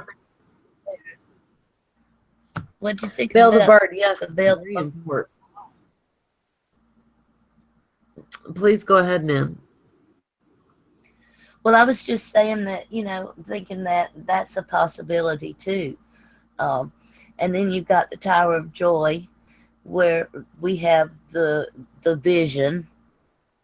And I think the books can possibly be different from the show. What do y'all think? Oh, I think definitely. I I think. see the show and yeah, Sorry. totally different things. Go ahead, Steph. Uh, Same destination, but completely different ways of getting there. Like it's gonna be like, right, like the ending, but then like all the little stuff in between is gonna be completely different from the books. Like it already is. Like let's be honest, like Brian wasn't at Craster's Keep. Like so useless. Right. Another question, ladies. Do you think that George will bring the Company of the Rose back? I mean, with winter coming and they got a new King of the North, Company of the Rose coming back in the books. I know we won't see it in the show, but possibly in the Winds of Winter or Dream of Spring. Of spring, but I don't question. I mean, I know he said he would finally introduce us to the Order of the Green Hand. Is so cool, but I don't know about the Rose. I think that probably because these are all they represent the mystery schools, and so they would probably represent Rosicrucians.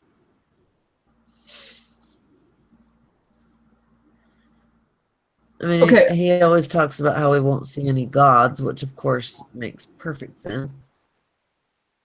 But I do think that it's pretty much to one or two gods. It's the old gods and R'hllor. I don't think the Faith of the Seven is even the members or as even as important as those two. And I think R'hllorianism is, now that I've been doing this research for this video, I realized that it's a lot older than it.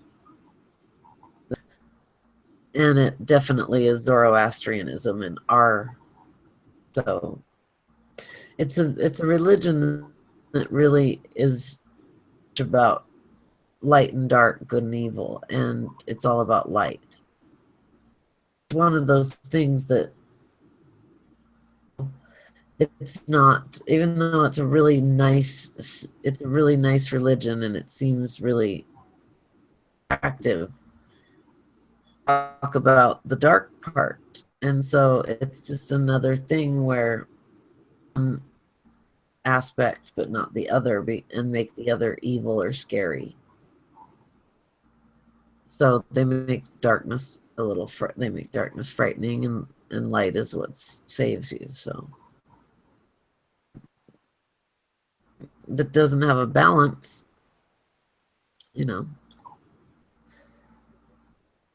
not something right now. We need balance.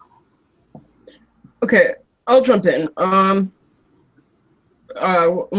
it comes to the gods and the Company of the Rose, actually, when I was looking into it, Crazen 8 said this too, and he said that the blue rose is symbolism for the Holy Grail in Arthurian legend, and I agree with that. So you wonder if the Company of the Roses is the blue rose, and maybe maybe we have already seen them, and them being the others, because I don't feel like the others are the same people that would have been during the Long Night.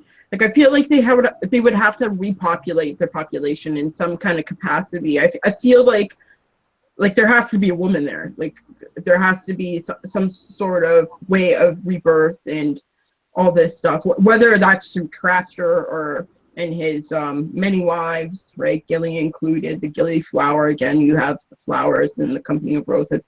So it begs the question on have we already seen them? And these are the men that these people are facing, and they're just utterly sick of what has happened to Westeros, that they're coming for vengeance and stuff. I feel there's different beefs. You can't hold a beef from 8,000 years ago. For me, like I feel like you gotta push it a little closer to that thing, because then people are gonna be like, why are you fighting us? Because you have a beef with us from like 10,000 years ago. Like, get the hell out of here. Imagine how skewed that one would get. Why are we fighting again? There. I was going to ask you another question. Y'all, we're going back to that, with the balance and everything, and you're talking about the others and all that got me thinking, did the 13th Lord Commander actually have children with that woman? I mean, they sacrificed children to the Great Other at the gate there at the Night Fort. But was it children from the Wildlings or from Town or where or whatever? Or was she actually able to conceive is what I want to know. It doesn't appear in the books like there's anybody up there. I mean, in the TV show, like there are any women. I really know that there was a woman that the 13th Lord Commander, loved and actually had sex with her. But he gave her his seed. But I never did recall whether they showed any fruit of that womb, if in other words. Y'all know? No, they haven't. I feel like him giving her his seed was soul and selling his soul. It's like the book. It's reminiscent of the blood betrayal of the Bloodstone Emperor, but didn't. Well, it's so confusing because there's no night. It's confusing for me because of the show. But the thing about that is that I don't feel that there were any children of the Union. I don't feel like there could have been. I feel like the seed was like it was the sun almost giving himself over to the moon and darkened. Having his seed was like dying or changing, transforming, I should say. Okay, I'll jump in there for a second. We're really going down the rabbit hole this time. But okay, so if you believe that the Barrow King's daughter was, or like an offspring of the Barrow King's daughter or whatever, and she was the queen of the 13th Lord Commander, then obviously she would be barren, right? Or not barren. She would be able to get pregnant. Okay. And for me, I feel like there has to be some way to produce. Like you can't just be like, oh, I'm gonna change you into this animal, but yet you can never produce. Like it seems you can't have one without the other. But the weird thing is, as for the whole sacrifice thing, I don't necessarily agree with that, just due to the Iron Islands and then the Iron King getting rid of it. I feel like it's not technically sacrificing human babies. I feel like it's sacrificing other babies, if that makes sense. Because for me, I feel like with the whole thing with the Drowned God King, the Greybeard King, I forget what his name is. I can't believe I'm blanking out right now. But that, okay, so I feel like there has to be a tie-in that he would do that he would utterly destroy a huge railroad tree and basically make a boat out of it and sail up and down the coast and create a lot of havoc. I knew you were talking about the kids on top of that, right? Which is the symbolism of Craster and the whole thing. Now, when you look at Craster, you're talking about Craster's Keep is not where Craster was born. Craster was supposedly born in White Tree Village, which is where Jon and Sam go originally, right? And they see that huge weirwood tree, and it's big enough to put a lamb in. I feel like that led to the whole sacrifice these babies. I don't believe that they were sacrificing human babies. I feel like they were sacrificing other babies, and whoever had this black blood, like Craster has, which goes back to the Iron Islands and it's scattered throughout Westeros. Basically, it makes me feel that he was running away because if Craster's mother was impregnated by someone in the Night's Watch, that means now whether that's Brynden Rivers, I don't subscribe to that it being Brynden Rivers. I feel like it has to be someone else. Then of course that would be a reason to move because you're gonna get your kids or yourself are gonna get killed, and that would lead credence to that. And then you were talking about the gate. The gate wouldn't allow Cold Hands through because he was. I feel like there's a technicality around the gate.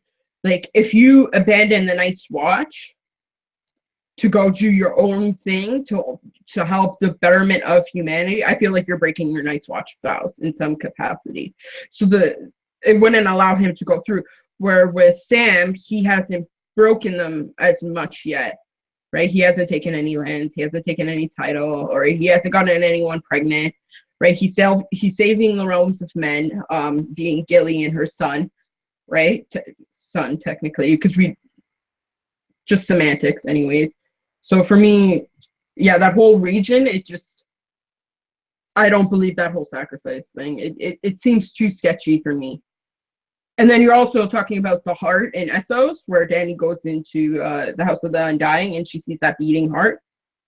I feel like I'm going to go Once Upon a Time with you people, and kind of, like, when Regina kind of takes the hearts, right? All those evil witches and fairies and stuff like that, they take the hearts out of people.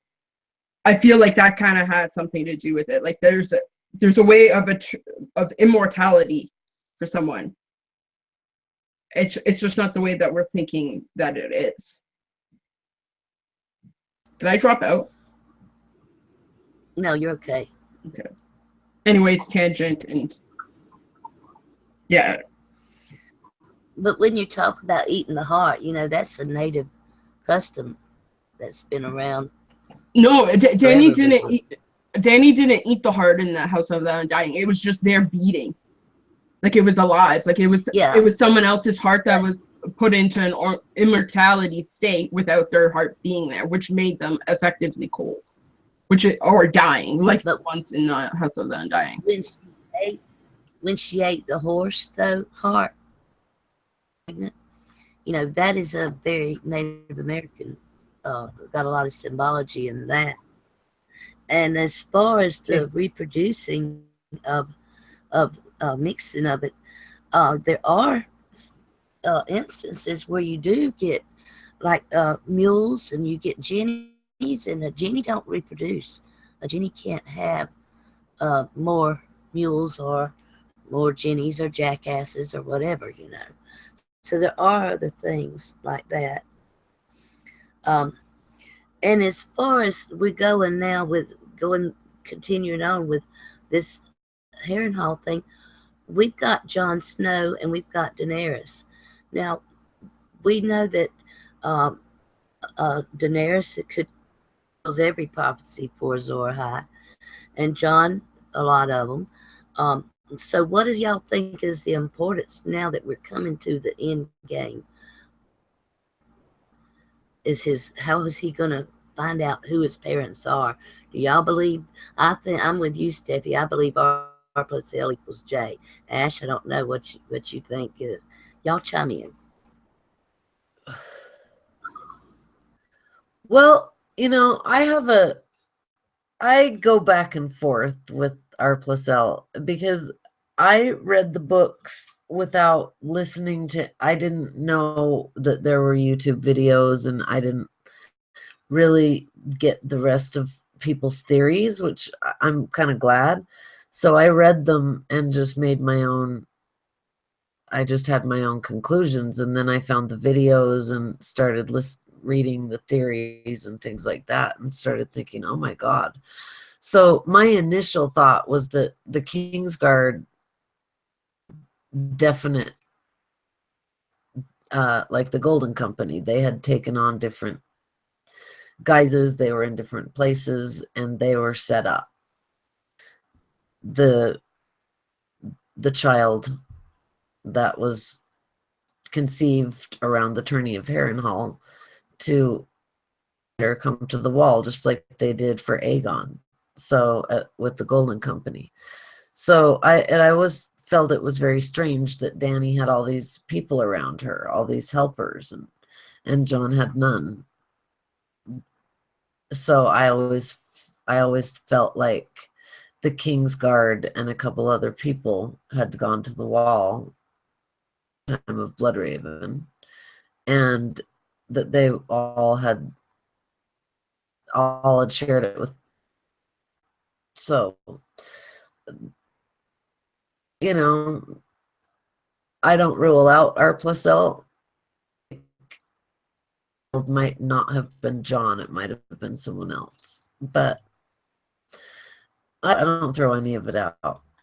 I just like to keep my mind open, just because there's such little nuances thrown in. You know, the reason that I thought the Kingsguard weren't who they weren't, well, were still alive, is because of Qhorin Halfhand and the way that he's described. He's, you know, he sharpens his sword all the time, just like our Oswell Went used to do.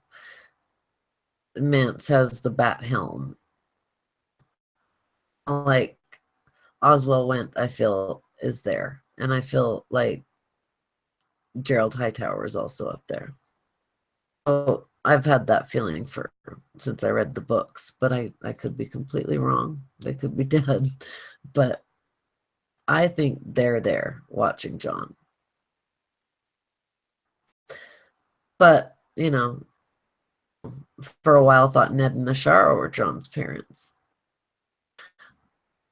There's strong cases for both, but I'd kind of like it to be Rhaegar. I'd like Bael the Bard to repeat itself, you know, and have it be. It came out of that.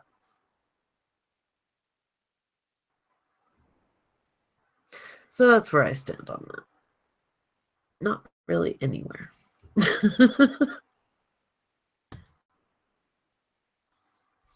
So I think that the tourney, Steph, did you want to say something? Okay. So I feel like the tourney, you know, as far as it a true tourney, I just feel like it was a big meeting, like a great council. It was a big meeting about where everyone was going to be placed, because everything was changing. I don't know if I said this earlier, but it felt like, you know, like everyone was getting geared up for Camelot, and it never did. Miles died because they knew if that in Lyanna's lap, that would change everything. Just like everything with Jane Westerling. So I think that's the repeat there.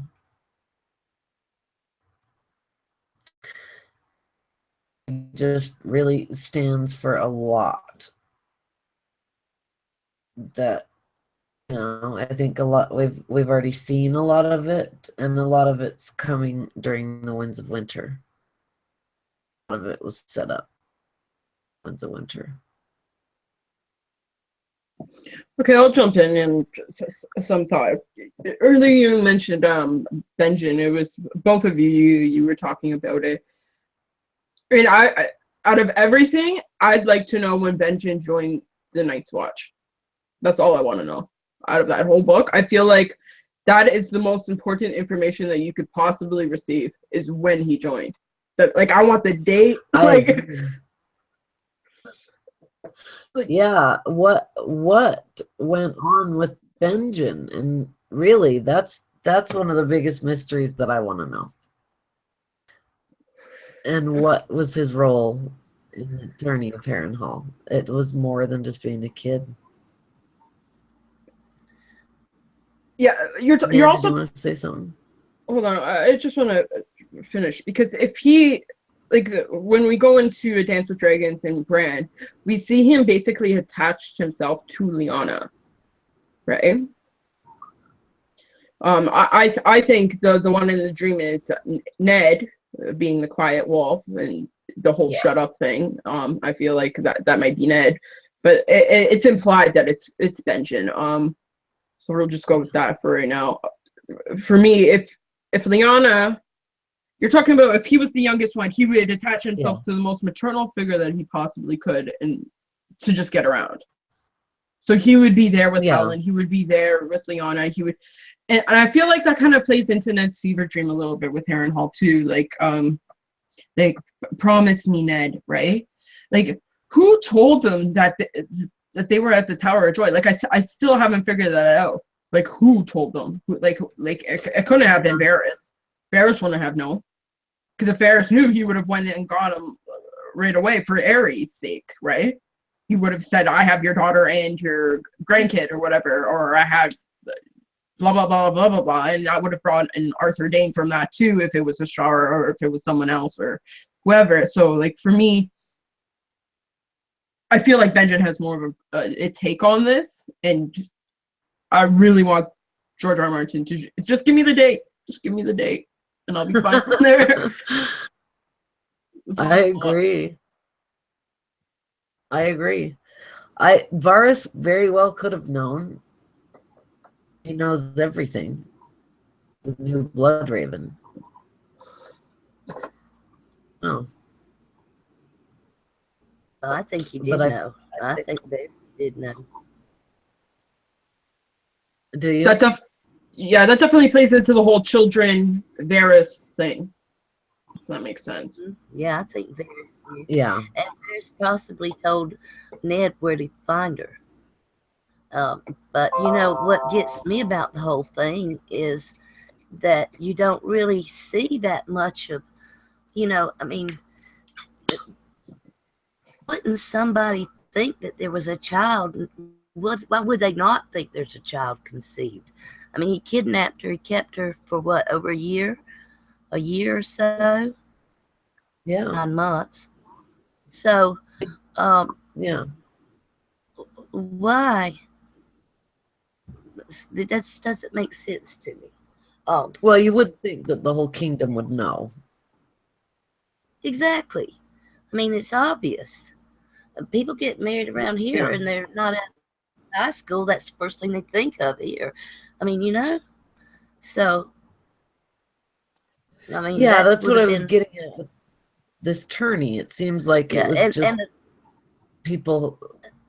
And the Night of the Laughing Tree, I think that it was Lyanna and not Helen or Benjen. I mean, it could have been any one of them, really, but I still believe it was Lyanna, and that Rhaegar, her getting out of her stuff, and possibly Helen Reed was with her at that time, because what in the world was she doing 10 leagues from Harrenhal a year later when he kidnapped her?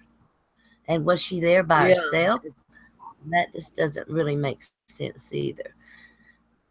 The implications of the birth of John, I think, as you all know, we've got the long night approaching, and we need somebody who's going to unite the kingdoms.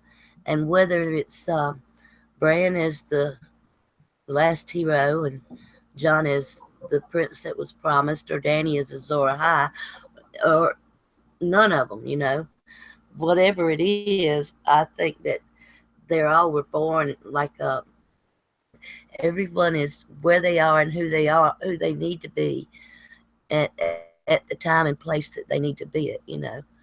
I think it's all kind of mapped out by the old gods, and I don't know what the old gods and the R'hllor, which is in the same round since the time of the first long night. So yeah, That's my thinking on it anyway. I like that. I tend to think that something that went on that made the fault spring, and that it was made for a reason. That reason has something to do with Garth Greenhand and the fertility in that region. And being that close to the God's Eye definitely says that it had something to do with balance, maybe with the pact of ice and fire. And that it also had to do, you bring in spring and you bring in fertility, then you have a huge celebration with sons and daughters of the lords and ladies who are all of an age, both, and get married and have children. Then you're pretty much planning out what's going to happen with all of those people, is what I would think. If it was a coup and it was a place to go to discuss what was going to happen in the future, which, I mean, from the world of ice and fire, even if it was viewed by a maester a little bit, it goes into great detail about how, it was right here. If this tale, which was Prince Rhaegar who urged Lord Walter to hold the tourney, using his lordship's brother Sir Odwell between. Rhaegar provided went with gold sufficient for splendid prizes in order to bring as many lords and knights to Harrenhal as possible. The prince, it said, had no interest in the tourney as a tourney, was to gather the great lords of the realm together in what was an informal great council, in order to discuss the ways and means of dealing with the madness of Aries. So, yeah, it was about Aries and how to deal with him, but it was also the bringing of people together, and that been a part of the prophecy that Rhaegar had, because it seems to bring back the dawn to fight the long night, everyone together. So oneness is a big deal. Could have been part of what the tourney was. Together and making them realize that they're all not only family, but they're all the same. They're all one.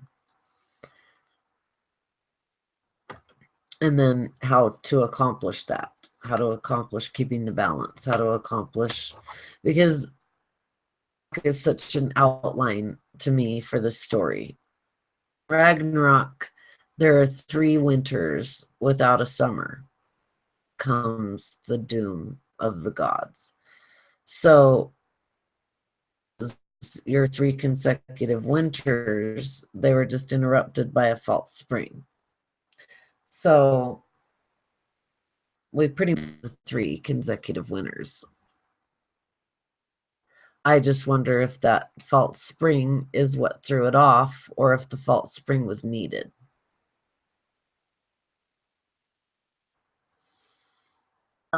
One thing I did find out, I found in my earlier notes as I was going over them, we had talked about since the last dragon died, the winters were longer and crueler. So that right there gets you into arts right there, letting you know that that could have been at the time that the White Walkers or the King, Knights King, or whoever's in charge up there started, you know, started his planning his invasion at that point, more or less. Yeah, because there's, in that case, an excess of ice. So when there's usually an excess of fire, what you were just saying would mean there would have been an excess of ice.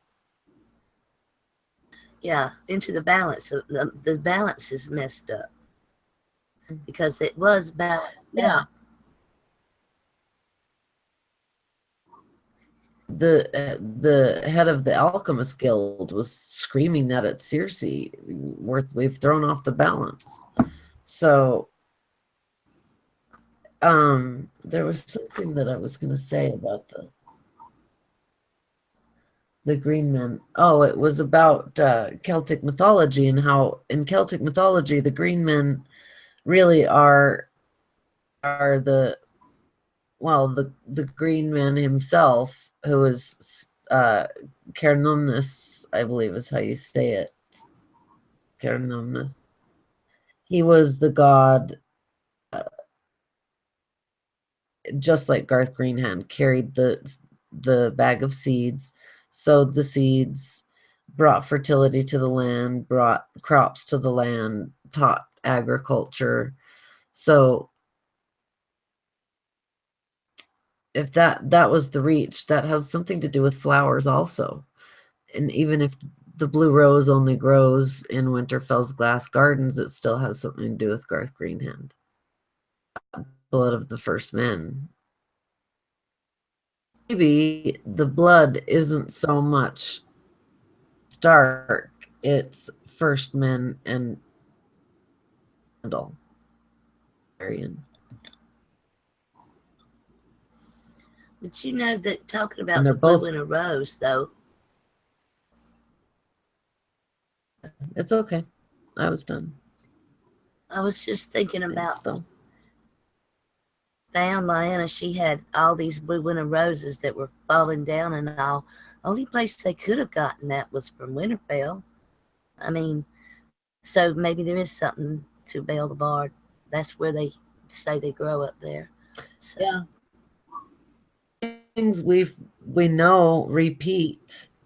Bale the Bard has got to repeat. So yeah, it's a little odd that we saw Bran and Rickon and Osha and Hodor down in the crypts for how long? A year? And so who knows? The fact that she was surrounded by blue roses tells us that she was closer to Winterfell. Maybe in the crypts. possibly. Maybe that's what Benjen did. Maybe Benjen kept them some food, kept them hidden in the crypts, Rhaegar and Lyanna. He did. Yep, probably so. Go to the wall. And then Arthur Dane and them took her to the Tower of Joy when Rhaegar went out to meet Robert on the Trident. Right. Right. And the other thing too is this Rhaegar in the tourney. All of a sudden he beat Arthur Dane. We didn't really quite finish talking about that. That's a little odd. It's almost like played or something gave Rhaegar some extra power. Listen to Also, warrior. One other thing was that if you notice, it was what they said was our king wanted us here. When he asked why they weren't on the Trident, the king's guard, our king wanted us here. So that implies that Aries knew where they were. To me, anyway. If I'm wrong, y'all let me know. Up exactly what they said, because yeah, they don't particularly say our king wanted us here. It's like our duty is this. Yeah. Okay. I think they said just we weren't there. We weren't there. I think it's the show. I'm getting that confused because I think they say that in the show. They do say that in the show. You're right. That's exactly what it is. I think it's just that we were far away. Gerald Hightower says that almost every thing Ned says. He says we were far away. We were far away. Yeah. And far away, he could be Winterfell. Yeah, exactly. Yeah, what's further away? So, wow, that's interesting because that Bale the Bard thing, didn't he leave a blue rose on the bed where she slept when he took her? Or when Yeah. she ran off with him? Yeah. Yeah. Hmm. Might have That's been one something in I've the never winter. really cool, because that's something that even though I should have. It's the Bard oh wow, there's the Bard connection too, so that's big. That might be because there's something about goddesses of horses and of they're of horses and of what is it? It's mainly of horses, which has always made me think of Lyanna, and it's Epona is the Celtic goddess, and birds, I think, so horses and something. But there's also there's Brigid, the daughters of the Dagda, who was the first king of Ireland, or of the Tuatha De Danann people. And they were the supernatural sort of children of the forest people. So Lyanna, being the parallel to the goddess Epona and the goddess Brigid, makes her, the goddess Brigid is also the goddess of the order of bards. So that's interesting. It does say that Vale of Bard might be the Lyanna Rhaegar story repeated. Did they actually stay in the crypts for a year? It made me think of Bran's vision of the woman art tree at Winterfell begging that her was Bale the Bard's, maybe that was Brandon the Daughterless's daughter, saying, I want my baby to avenge, because her son did kill Bale the Bard, his father. Yeah, but it could have been Lyanna asking for revenge for Brandon and her father. Yeah, it could have. It just seems like it's so much older, but it really could. Reason why not. It just seems to me like it was a lot, but maybe I could be Yes, wrong. I agree with Ashley. It seems like an older vision, and I found the words. It's we swore a vow. That's it. That's the words that he says. He doesn't say that they were told to go there. We swore a vow. That's it. Doesn't say to who. Doesn't say. We swore a vow. Yeah. Yeah.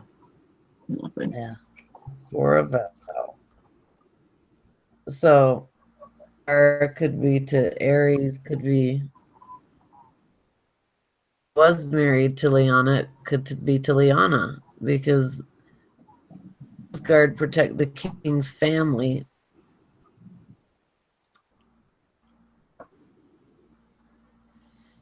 Yeah, So, actually, that's really still a smart. mystery. Actually, I never thought about it like that. We swore a vow because she's always saying, "Promise me, Ned. Promise me." That's so Right? weird. I Oh, didn't yeah. even think about that before. So crazy. So easy. Cool.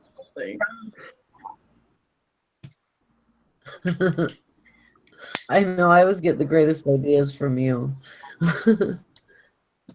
It's fun. Well, ladies, can I talk about the Ice and Fire Con now? Talk about the Ice and Fire Con. It was great. I want to hear all about it. It was amazing.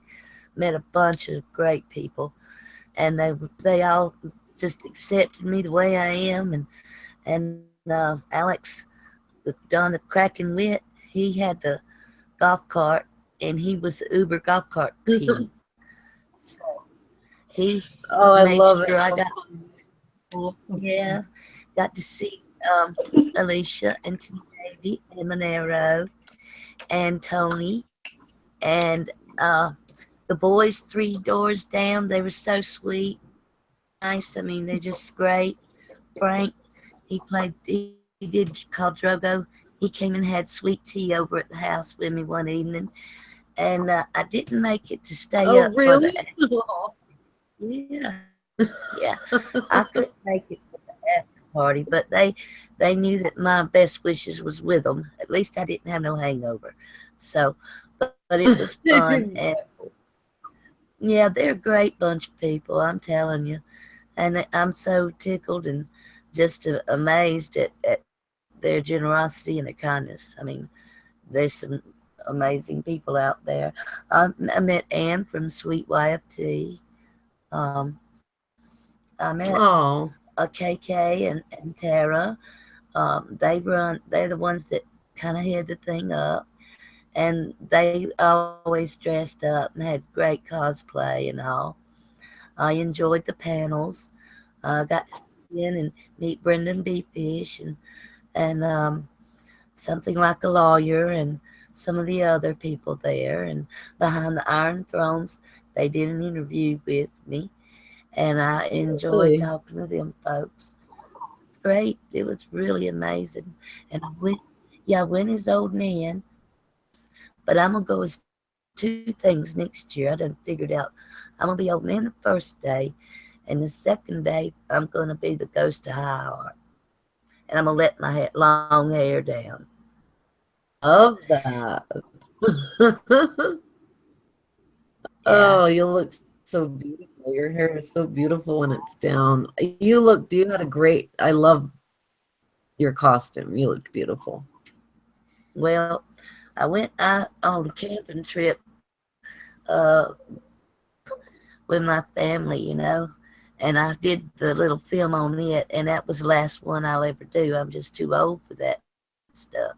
I just can't do it no more. But I wouldn't have been so well up there if it hadn't been for that golf cart king. I'm telling you. Thank you, Don the Alex. crack, and what a sweetheart you are. Yeah, yeah. We're We had taking a great care time. of you. I'm so glad. That, The pictures were great. yeah, they took some great pictures. I saw Ashara and Aziz, saw all them, and Right. Sure they of were there. So we had Ashara, yeah, we had a great time, and like I said, they're all wonderful folks, and this her. community is just amazing. The people in this community, for the most part, they're good. They're so kind-hearted, and they love to talk Game of Thrones, and we have that connection, just like us, the three of us. We have that connection, and yeah, we differ in our opinions on things, but we respect each other's um, things too, in all things, not just Game of Thrones. And I think that's a lot of it. And this community has shown a maturity that is well beyond its years in, for such a young group of people, and they're amazing. All of you guys are amazing out there. And I love each and every one of you and appreciate you. So, but that's about it. Some wonderful costumes, man. Oh, man. I'm telling you, I they bet. were just Oh, I bet. gorgeous. Yeah. I had my sewing machine out and I was just sewing away, trying to get my costume together. And they had furs and all this stuff, and I'm just sewing away. Costume was wonderful. I loved it. I was trying to make something that wouldn't be quite so hot, but I did learn something. We got there, and well, we thought that the thermostat was set on 69, and the air conditioner never came on. So what did we do? Country girls come to town. Well, we get up, call the front desk, and tell them that our air conditioner isn't working. They said, just a minute, we'll get back to you. So they called us back in a few minutes, and we found out that they don't have air conditioner. It's in the mountains. I'm used to Florida. We have air conditioner. But it was very pleasant there. I'm surprised. That was a new experience there. That's And going up the mountain, oh my I don't know how they bring truckloads of stuff up there and all. I just don't understand how they do it, but they do. I mean, it's in beautiful country. Next year, it's going to be in Ohio at Deer Oh, Lake Lodge. Yeah, Deer Lake Lodge, I think. So I'm looking forward to it. I hope I make it, and I'm looking forward to seeing everybody again. And you girls, y'all, you ladies need to try to go if you ever get the chance. I'd love to. I'd Yeah. love to go, but I'm in Canada. I'm isolated. You're a little far. Yeah, I'm a little far.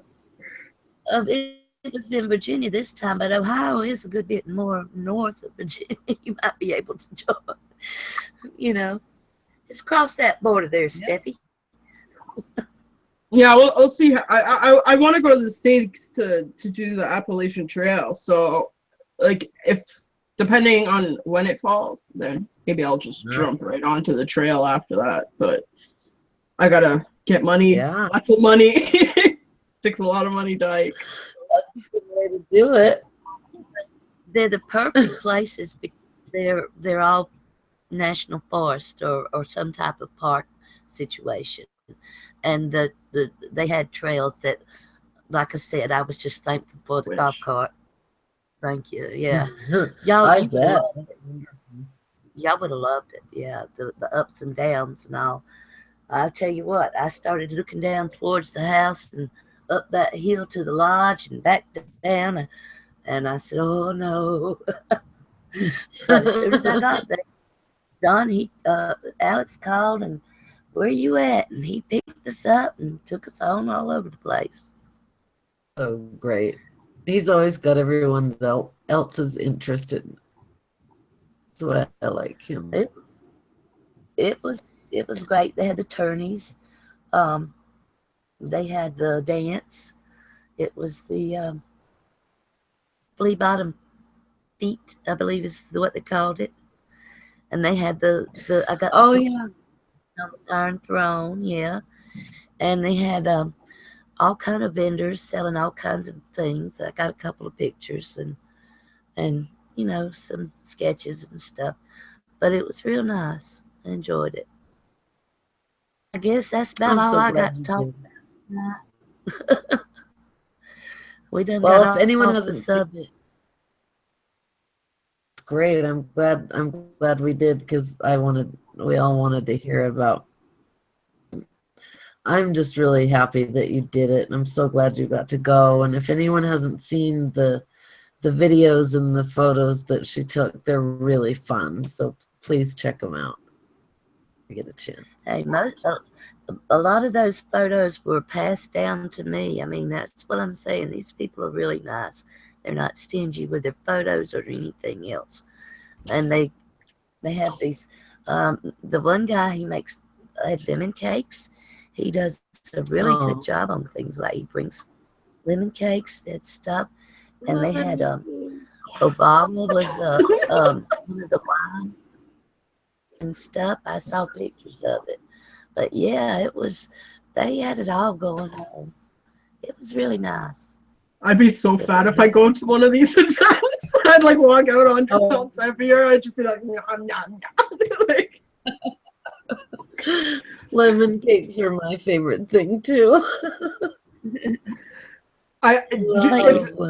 Okay, to the people that do the food, you gotta do like Jamie, right? Like you gotta do like an expensive cake of Jamie's face and his arm, right? And then cut his hand off the first day and just take a picture.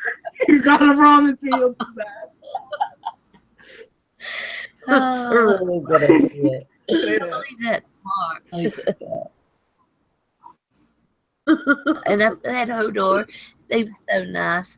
He came in and asked me if he could come in behind me. I thought about it for a minute. I said, yeah, but if you do, then I'm going to come over and grab you by the ear if it's all right. And he said, sure. So that's how we did our cosplay. I went over and grabbed him by the ear. It was fun. Oh, it sounds But like a yeah, this, like I blast. said, and I've learned a lot. You know, got to sit down and talk to people that know so much more than I do. That I really just appreciated every one of them and the knowledge that they brought out to all of us. And it was informative Yeah. and fun. And hey, ladies, we're getting off here early tonight. It looks We like. deserve that. Yeah, this is one of our shorter ones. I figured it might be longer too, Yeah. It's okay. but it's such widely known. Everybody knows about the Tourney of Harrenhal. Most people believe it was Lyanna, and most people believe that in R plus L equals J. But we brought out a few things that were different, and I like that we always try to come up with something a little bit different. I do too. Mm-hmm. That's what makes it fun. Yeah, I heard something. I did a lot of listening to interviews with George this time, getting ready for this one, because I felt like there is to read about it, and we don't have the answers really. So it's a sleuthing mission, and I know it's something we're going to find out about fully between the next two books, especially in the next one probably. But it just seemed like listen to him talk about these things for a while, and so it was interesting to hear him say that a couple people have figured it out, John's parentage. So it made me feel like it's not, the majority of people. So does that R plus L does not equal J? Or does it mean that it's a little different? Or I don't know. Interesting comment, I thought. Well, A I've couple. always had in the back of my mind that Aries raped her. Shara Dane. One or the I've other. had that thought too. I mean, I and have it had that thought. Yeah, we touched could on be. it earlier Yeah. for certain. Yeah, like with the whole Jamie and Gerald Hart Tower and him raping Rayla, and does Arthur Dane have his sentiments and stuff like that? Yeah. Right? The dance, and then yeah, seems a little fishy. Yeah. Those fingernails, man. I don't know. Okay. You could do more Very. with those fingernails. I just don't understand how they don't break. Like my nails break so easily. Like I'm a girl. Like I'm supposed to take care of my nails. My nails are like so short. Like I'm just gonna break Me anyways. too. My husband has. Kate did his disguise. She dressed up as Aries with the long nails and the beard and everything. Oh, And that's it so was so pretty. cute. Yeah, she did it so cute. That's great because a man could never function with those nails. It's hard enough. You have fake Yeah. nails at all, but fake nails long. That's good. I'd play so many pranks too if I was dressed up like that. I would like ask people like, let me into your room really late at night to to scare the shit out of your bunkmate, please. Would you would? Just be like, hello, Burn them. grab my strong hands, like all that stuff. That's so good. Word to win. But I can just see you doing that too, Steffie. Just who I am. Your sister one night would get a surprise. My sister does that now as it is to me. Like I die. Like, people just like wake me up and I have like a heart attack, I swear. Pretty bad. You and your sister in scary movies. Okay, to be honest, I just want a scary movie that's really, really pragmatic. Like that's all I want. Just a really pragmatic, scary movie where the person does the right decisions and it still ends up fucked up. Like, that's all I want. I don't know if sounds like- you've seen. I don't know if you have Netflix. Stranger Things. Have you watched that? No, I have not watched it yet. Oh, it's I want to. Love it. Love it. Yeah.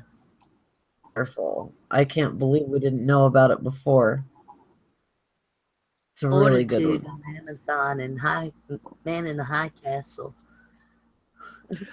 Oh, what scary movie is it's supposed to be coming out? Hold on, I have that like on my list. It's with Speaking of, while you're thinking of that, go. oh, I was just gonna say, while you're thinking of that, Michael Fassbender's doing and directing and starring in a for HBO or Netflix, I can't remember, but he's doing the non tale in Ireland. So No. that'll be really interesting. Yeah, what movie was I thinking of? Hold on, just let me go check it out quickly. It's with Rachel Weisz, if I'm pronouncing that name right. Yeah, I like her. Hold on. Let's try this. Oh, I know which one you're talking about. Oh, My Cousin Rachel, that's it. It's supposed to be scary as like nothing else. It was. Feel like it's Oh, I guess, did we cover everything we wanted to cover? Let's see what everyone. Oh, hi, Plexi. How are you? She's saying, did anyone see the Camelot prequel in the theaters? No, not yet. They're not. I want to really badly though. Katie McGraw is like one of my Yeah, me favorite too. actresses. She's like amazing. I don't know how she's not in everything. Like, to be honest. Like, I know. I like her. and Charlie Hunnam. He's pretty good looking. I'll admit that. I'm a girl. Got hormones. Let's see who's in the chat. We've got. Hi to everybody. Oh, LT Giles. Hi, LT. Hey, Biotics here. Hi, Biotic. Elred. Hi, sweetheart. Carrie's in 8. Always good to see you. D. Awesome. JD. We've got Kirk Ultima. Good to see you, Kirk. And yeah. T Baby. Nice. Good to see you, sweetheart. Oh, good to see Thank you. That's fun. I enjoyed those ladies. T Baby. Oh, good. Alicia and Monero. Yeah. They're wonderful. wonderful. Yeah. I just love Alicia. I don't know Monaro very well, but she seems wonderful. Let's see. Yeah, Plexi Bertrand, I just get a kick out of, I have to say. So Carrie's in 8. You also say wonderful things. And T-Baby, Tourney of Harrenhal seems like a big setup on multiple levels. Yes, I agree. Yeah. Yeah. So much, you guys, for being here. It's so always so good to see all of your names. Thank you for being here.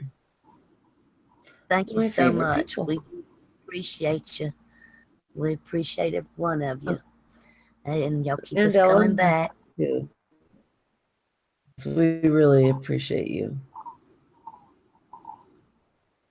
Oh, not long. A month and a half. A month and a half. We've been gone a month at least. No way. Yeah. Are you joking me? I completely lost track of time on that one. Where has this month gone? I know, Yeah. it's weird, right? It's not far now. It's so strange. Kind of amazing. First time back in a month. So, but Yeah. we appreciate everything. And thank you. Oh, and Ladies, if any of you get a tell- chance to go to Amsterdam, go. I had the best time. Incredible time. Gorgeous city. Some pictures. So thanks for hanging in there with us while we were gone. I'm glad to see some people back. Oh, I'm glad you didn't give up on us. really, Being here. really, Really. for a while. We hope to be here. God, Lord willing. Yeah. I'm Old Nan. We're the She-Wolves of Winter. Thank you so much. Ladies, tell them who you are. I'm Ashley from The Iron Underneath. Feel free to check out my videos. I haven't done any for a while, but I really like to start Irish mythology, history, and Celtic mythology, and some spirituality thrown in there. So I'm going to start doing some more Song of Ice and Fire and doing a series of Celtic mythology. So get that going soon. But for now, I'm with the She-Wolves, and I love it. So thanks for being here. Steffie. Okay. I'm Steffi. Cheers to everyone that came. We're blessed to have you in the chat. Like, it's been a while. Clearly, I don't even remember the time amount. So, yeah. So, I'm with the She-Wolves of Winter. So, if you come here, you'll find me. Also, if anyone watches Into the Badlands and they just want to hit me up to talk, feel free. Because I'm kind of alone. Okay, I love you guys. Cheers. Oh, no, you're not. I like Into the Badlands. Oh, see, good. Now I know.